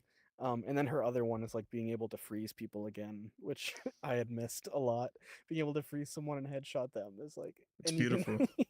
you just know how frustrated they're getting. Like I think I told you, I might have said in the last podcast that like I had the jetpack cat who can like grapple you like off the map. I had a jetpack cat do that to me like for all 3 rounds of one match because I was just being so annoying to everyone. So Overwatch is like really fun again, and I have been playing with the new heroes, and they're very satisfying. Emre specifically is really great. As someone who has played a lot of Soldier 76, his kit is like taking the stuff that makes Soldier 76 fun and like adding some more like fast-paced elements, like his pistol that has like the really fast rounds that come out while doing like splash damage as well, and then the grenade that you can toss out. He's really fun. I'm still trying to get a handle on Ron. I haven't played a lot of the other ones, but they're fun. Yeah, Overwatch is just cool again, and I'm glad that I'm enjoying playing it. I did I played like one competitive match, I think. Um, I need to like it's tough because I think competitive is ultimately like the experience that I want to have with Overwatch, but I also it's like such a high pressure environment that sometimes I just want to like have fun playing, and I don't want to worry about like my stats or like relying on my teammates or stuff like that. So, but I do enjoy competitive every now and then. So, I'll probably jump into it more in the future. Yeah, I've man. also been playing. Oh yeah. Sorry, go ahead. Yeah. Overwatch. I've been playing a lot of Overwatch, too much Overwatch, ranked Overwatch, competitive Overwatch, and it is like I used to say like at a certain point playing Overwatch like before Marvel Rivals came out and just like Overwatch 2, like I would tell people like I don't play Overwatch for fun. Like I get no fun for playing this. I'm playing this like just purely competitively, and I'm playing to win. I'm not playing to have fun. And I remember like when there was one time one of my friends, he was in a PlayStation party or whatever. Or he was like, I think we were on a phone call. Yeah, I think we were on a phone call, and we were going back and forth about that. And I'm telling him, I'm like, yo, like, dude, it's not just me. Like you don't like people. We don't play this game for fun. Like the people that are playing competitive at this point, we're not. It's just agony. And I go into game chat and I'm like, hey man, like I'm talking to one of my teammates. I'm like, is anyone in here? Like I'm like is anyone on the mic? And someone's like, yo. And I'm like, hey, do you play this game for fun? And he's like, no. Like no. Yeah, exactly. Like dude. So it's like getting into like the competitive stuff. Like if you like, we definitely need to play Overwatch, whether it's competitive or quick play. But like, dude, getting into competitive, bro, it's been agony. It's been, but it is a little bit fun because the new characters and and just it feels pretty fresh. But the fun is going down. I'm seeing it shift for me. It's shifting back into I just want to win. I just want to win. But it is still like more fun than it was before, just because you just have so much. You have like more options now of how you can play the game. Whereas like before, it was like, man, I don't know. Like I play a lot of like Soldier 76 right now, right? So them adding Imre is like, oh, there's another like soldier type character I can play when I want to like fight these indestructible Cassidy Ash like combination, but whatever, man. It's I like Overwatch right now. It's fun. It's fun, but the competitive shit is like, yeah, bro, that's the thing. Yeah, that shit'll tear you down for sure. I've still been playing Silksong. Still enjoying it. Okay. Just getting through it slower because I've been playing a lot of other stuff, Overwatch included. Yeah. But it's still been very fun. Still getting through the areas. The areas have gotten like really beautiful. Like I love the environments in this game. Really pretty. Some fun bosses. Like bosses that I had thought would be like kind of gimmicky, but are actually like super fun to fight. Like there's one boss that's actually like two enemies that like they they dance like in synchronization with each other, and they like draw lines to show you like where they're gonna go. um and so you think like, oh, this is easy, I'll just dodge it, but then there's a second phase where it just gets faster, and then they get there's a third phase where it gets even faster, and so it gets tougher and tougher. But that was a really fun boss that I thought would be tedious, but I actually had a really good time fighting. And there's been a bunch of bosses like that that are just super cool and like well thought out. I'm having a really good time with it. It's been really fun. Um, a game I wasn't expecting to start this week was Assassin's Creed Shadows, but there was a Wario 64 deal Oh yeah, I that seen you playing that. he posted. He showed like, so I don't want to say I scammed them out of a game, but it kind of feels like I did, because he posted a link to the BJ's website where Assassin's Creed Shadows was $10. But then when you put it in your Damn. cart, it showed us $25. So I was like, damn. And then I looked at the comments, and this was happening for other people, and I was like, oh, okay, it's just like a pricing error. But then he posted like an hour or two after that saying like, if you go to the Best Buy website and you ask them to price match the game, they will price match it for you, and so you can get it Whoa. for $10. So I had to talk with someone on like their like virtual chat thing in Best Buy and go through like some hoops, saying like, okay, I purchased the game, like can I get a refund on it, like, and will you price match it for BJ's? And eventually we got there, and eventually I got it for $10. So I've been playing that, and I wasn't expecting to start that, but it's a game that I looked at and was kind of like, it looked cool when it came out, but I wasn't willing to pay full price for it. Um, but it's been a lot of fun as I've been playing it. It makes like, I think a lot of people like when they look at it say like, oh, it's just more Assassin's Creed like in Japan, and it is in a lot of ways as far as like the way the modern Assassin's Creed games go with like the loot system and like accumulating materials and like going in outposts. But there's enough significant changes there where I'm actually like having a really good time with it. Specifically in the stealth side of Yeah. things, there's a big focus on like light, and so like if you're in a very dark room and you're like uh crouched down in a corner, like you won't be seen unless someone comes up right ahead of you, and there's like a little meter that shows you like how visible you are based on how light or dark it is in the area that you're in, and so you can see when you're like practically invisible. um there's also you can now go prone in the game, so like Yep. lay down, which is a really cool change. Like it makes you feel even more stealthy. Like in this game, it's in Japan, so there's a lot of like curved rooftops, or like even like the tops of like little fortification walls have like those two sides of them that kind of slope downwards. So if I'm going prone on one of the rooftops on like the other side, like the enemies can't see me like crawling around that way. So that's pretty cool. Um, there's a lot of stuff that they do with the prone mechanic that makes that like integrates it into gameplay that makes it really cool. There's also the fact that some enemies like will be on guard. So like if you whistle from a bush in past AC games, like you come up and you stab them and pull them into the bush and that's that. But some enemies are more suspicious, so they'll like have their sword at the ready if you whistle at them, and if you try to assassinate them, they'll just like grab your hand and throw it out of the way, and you have to like actually fight them. So you have to have like a plan for that stuff. Like there's a lot of changes in the stealth stuff that makes it like really satisfying. So I'm having a good time with it, alongside the game just being like very beautiful. It's a very very pretty game. I was worried about, some people said that it was like more linear, like in its design than other Assassin's Creed games, and I think that it is, in the sense that like there's certain like walls that you can't climb. Like AC Odyssey, like you can go pretty much anywhere. Same thing with Valhalla. This one is like a little more constrained, but it doesn't feel like restrictive in any way. It still feels like the open world that I would expect from like an Assassin's Creed game. I don't think they've made like many compromises in that regard as far as like the structure goes.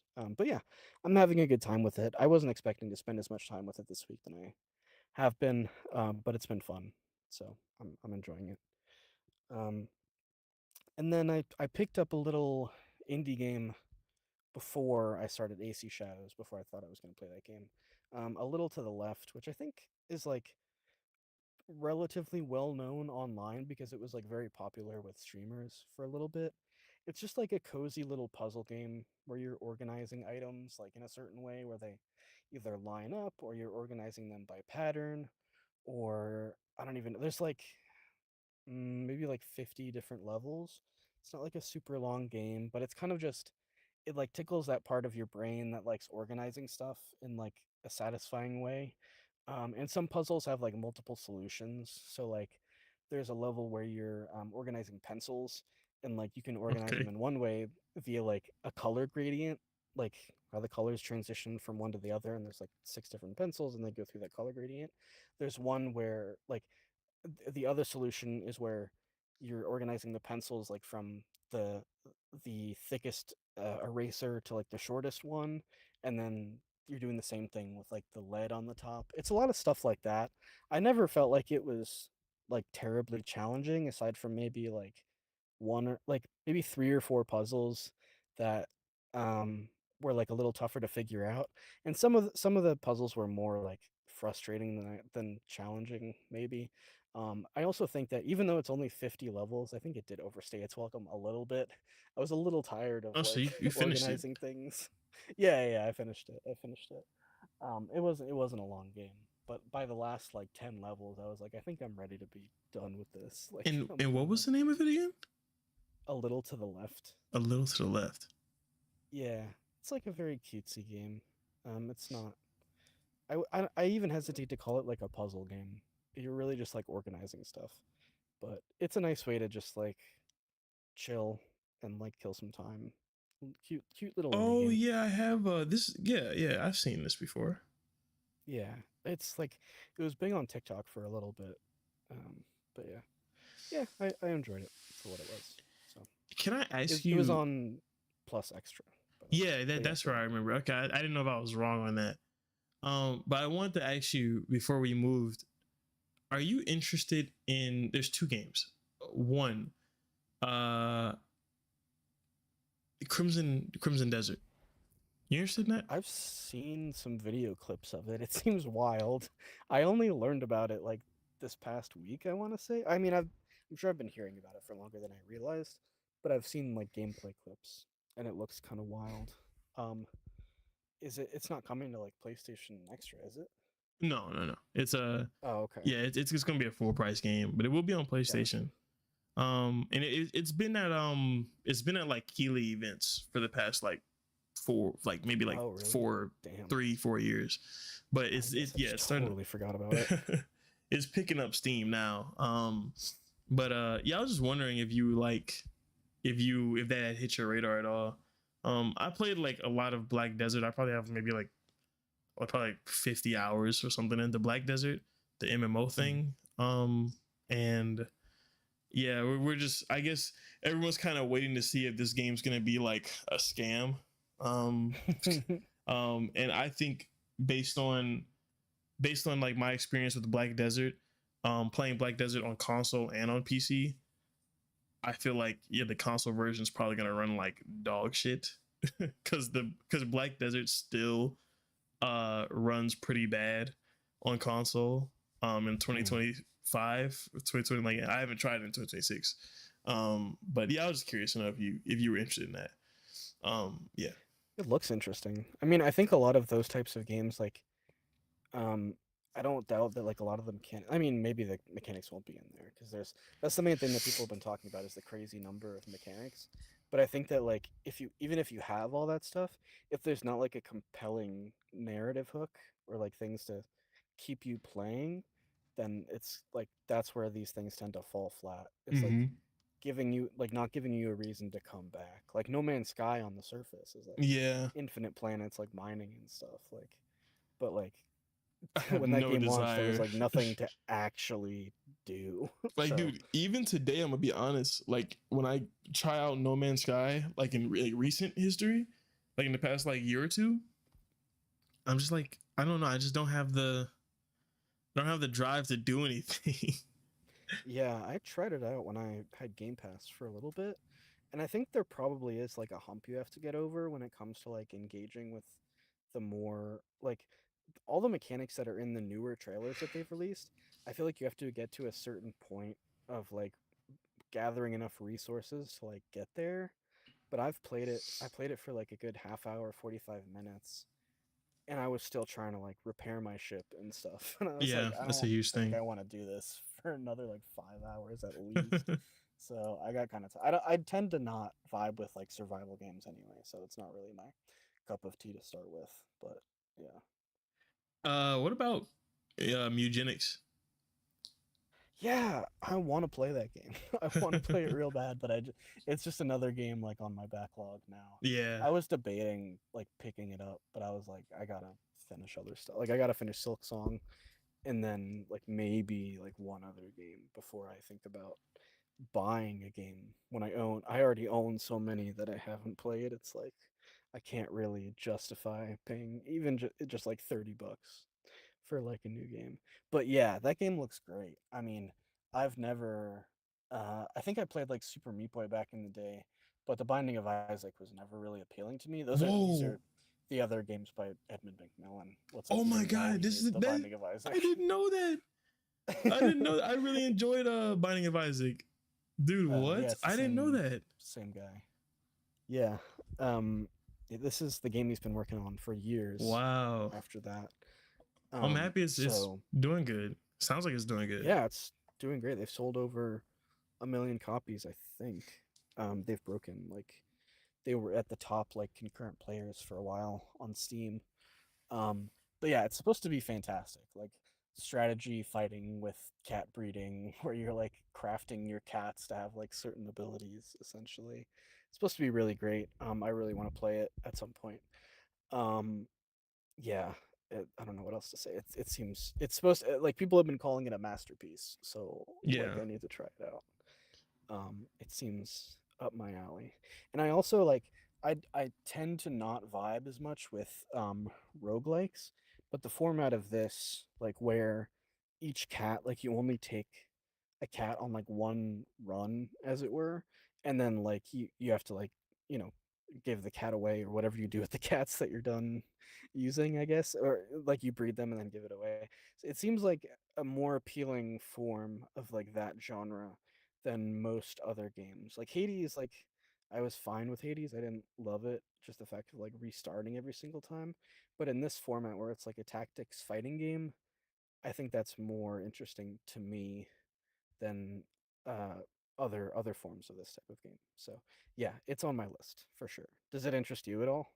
I would try. I don't think. Well, now I'm more interested knowing that who it's from. But I Yeah. don't think it's on console, so no. No, it's not. Yeah, like Uh, like I will not go to my computer to play it. So yeah, maybe when this it hits seems console. it seems like a perfect Steam Deck game. Yeah, So exactly. that's Steam probably machine too. what I'll play it Like, on. Yeah, yeah. What you been watching, Bryson? man, I've been watching Silent Hill 2 comparison videos. Yeah. I watched the second to last episode of that show we're gonna get to, Right. and Yeah, next week. and what's yeah, I haven't been watching much. What do I feel like Mm. I'm drawing a blank on something? Um yeah, I haven't been watching much, even though I have just been recently given the ability to kind of watch whatever I want to watch. Right. I, Yeah. I haven't been watching much. Yeah, I mean obviously I watched the the Night of the Kingdoms finale, which we'll talk about next week. But I've still been watching The Pit, which is still Oh yeah, fantastic. yeah. Still really enjoying that show. Just great character writing. A lot of fun moments this last episode between Dr. Robbie and one of the other attending doctors from the last season who just showed up in the latest episode. We learn more about what he does in his free time, and his interactions with other characters are interesting, and Robbie's reaction to his uh, interaction with other characters is equally interesting. So yeah, that's just great. I don't think Yeah. it's a surprise to I'm looking anyone. f- I'm looking forward to watching that. Like, I'm looking forward to watching it, but I'm also thinking about, because I was on Twitter recently and I was scrolling through and someone had made a joke and I was like, I don't get it. So I clicked into the post and then I seen it was like a inside joke for the pit and I was like, oh no. Let me get out of here. Like the algorithm, I don't like this. Like, so like I'm looking forward to watching it, but then at the same time, I think about, like, the first thing I thought about was it's gonna get nasty. So Yeah, we'll see. there's been. I mean, this I feel like the first season was worse than this season so far, at least. As far as like the gore stuff goes, like there were definitely some moments in the first season that like I was not expected them to actually show. Oh my This season, goodness. like the injuries haven't been like terrible. There's sometimes like there's one moment where no, I won't spoil it. In the second season, there's a gross moment, but it's not because of like gore. Actually, there's two gross moments that aren't because of gore, but I'll let you discover that on your own if you decide to start watching. Yeah, I'm Um, gonna find it. I'm gonna see it. Ugh. but yeah, it's great. Like the characters are just fantastic. Like it's crazy how all of them are so well rounded, and how like the fact that it's a workplace show and much of the content is them just like dealing with things outside of like they're not dealing directly with like personal struggles, but you get those interactions from their conversations with each other and the patients, and like you read it on their faces a lot of the time. So each episode you get like like a little tidbit of insight into their personal lives, and it's really fun like watching like like learning more about them as time goes on through their interactions with other people and like how they treat other people. Like people are tend to be very surprised with like each little tidbit that we get of who Dr. Robbie is like as a person through his interactions with other people, specifically. Well, I won't say, but in the season specifically with one person, uh, you're like learning more about him that paints him in like a different light than what you would expect on the surface. So it's really well done in how it presents the characters through like uh, a lens free of like judgment that you would get in a show where that's like more plot centric, where the issues that they're dealing with affect them more on a personal level. Instead, you get the issues affecting them on like an emotional level, and you learn more about them as a person like through that. So it's very good. I highly recommend it. But yeah, I haven't been watching much else aside from that. Uh, I'm trying to think. I want to see Nirvana, the band, the band, the show, the movie. Have you heard of that? No. It was like a cult classic comedy show from back in the day. Um, these two guys, these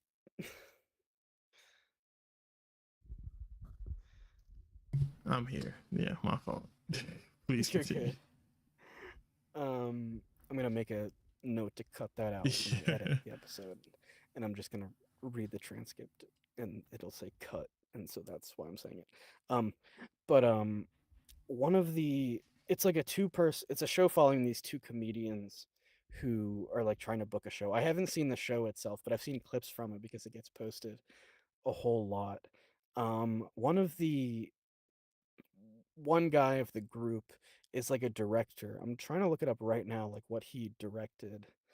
He did the Blackberry movie that came out a few I years did like ago. that movie. I like that movie. Uh, and people are saying like he did that movie to fund like this movie that he actually wanted to make. But people have been saying that the movie is like going to be one of the best movies of the year. Like that's how good it is, how funny it is. And the one thing that I keep seeing people say as well is that they don't know how it got made, like how they were allowed to do certain things in the movie, which has me really excited to see it. I've seen one clip of it that looks insane, where they take themselves on like the landmarks in Toronto, where it's like a skywalk where they're like walking on the edge of like this the thing in Toronto that's like really high up the Toronto Spire or whatever it's called. And they like cut the lines off of their harnesses, like shit like that. I gotta watch this movie, but it's like very limited showings around me. So at some point this next week, I want to go and watch it because it's supposed to be very good. So Is that yeah, Anthony Fantino in the cast? I don't think so. He's No, listed on Google as a cast member. I don't know what I that's mean about. maybe he's in the movie. I don't know. But yeah, I wanna watch it. So I hopefully will soon. I'm But yeah, gonna go um, see that. yeah. I'm gonna go see that. What do you call it? Hail Mary. I'm gonna Oh check that yeah, out. Project Hail Mary. Yeah, I'm gonna check that Yeah, out. I wanted to read the book before I saw the movie, but I think at this point I'm just gonna go see the movie. I don't really want to. Maybe at some point I'll read the book, but I don't. At this point, I'm ready to just watch it. Yeah, I need to Because start. the book's supposed to be very good. So. I need to start utilizing this AMC subscription. Like, I need to go see any movie that's gonna be in IMAX. Just go see it. Just go watch it. If Yeah. it's trash, we'll go from there. But I like I like movies. I like being in the theater, so I'm gonna go check that out. And I would check that movie, the Nirvana movie, out too. If it's in AMC, I would go check it out. I don't know, like the AMC near me. I don't think is showing it, but like the one of the Regals a little farther from me is. So I don't know. I think it's pretty limited, but you can find it probably around you somewhere. But yeah, yeah, I think that's gonna wrap it up for us. This has been But episode 23 of the Quest Effect podcast. Did you want to say something? I do want to say something, and I don't know if this is gonna be a recurring like segment thing, like news that dropped as the podcast was going on. But just quick short thing, it looks like, as we were recording, a ton of interviews came out that Asha and other Xbox people have been doing. Yeah, like a good bit dropped. And I just want to read one thing. I would like to read it, but my bookmark wasn't working. Okay. New Xbox CEO on current multi-platform release strategy. We're gonna keep meeting players where they are. The plan's the plan until it's not the plan. Wow. All right, dude. That sounds like some solid leadership right there. That's what you want to hear from the person taking over as CEO. Oh Plan's the man. plan until it's not the plan.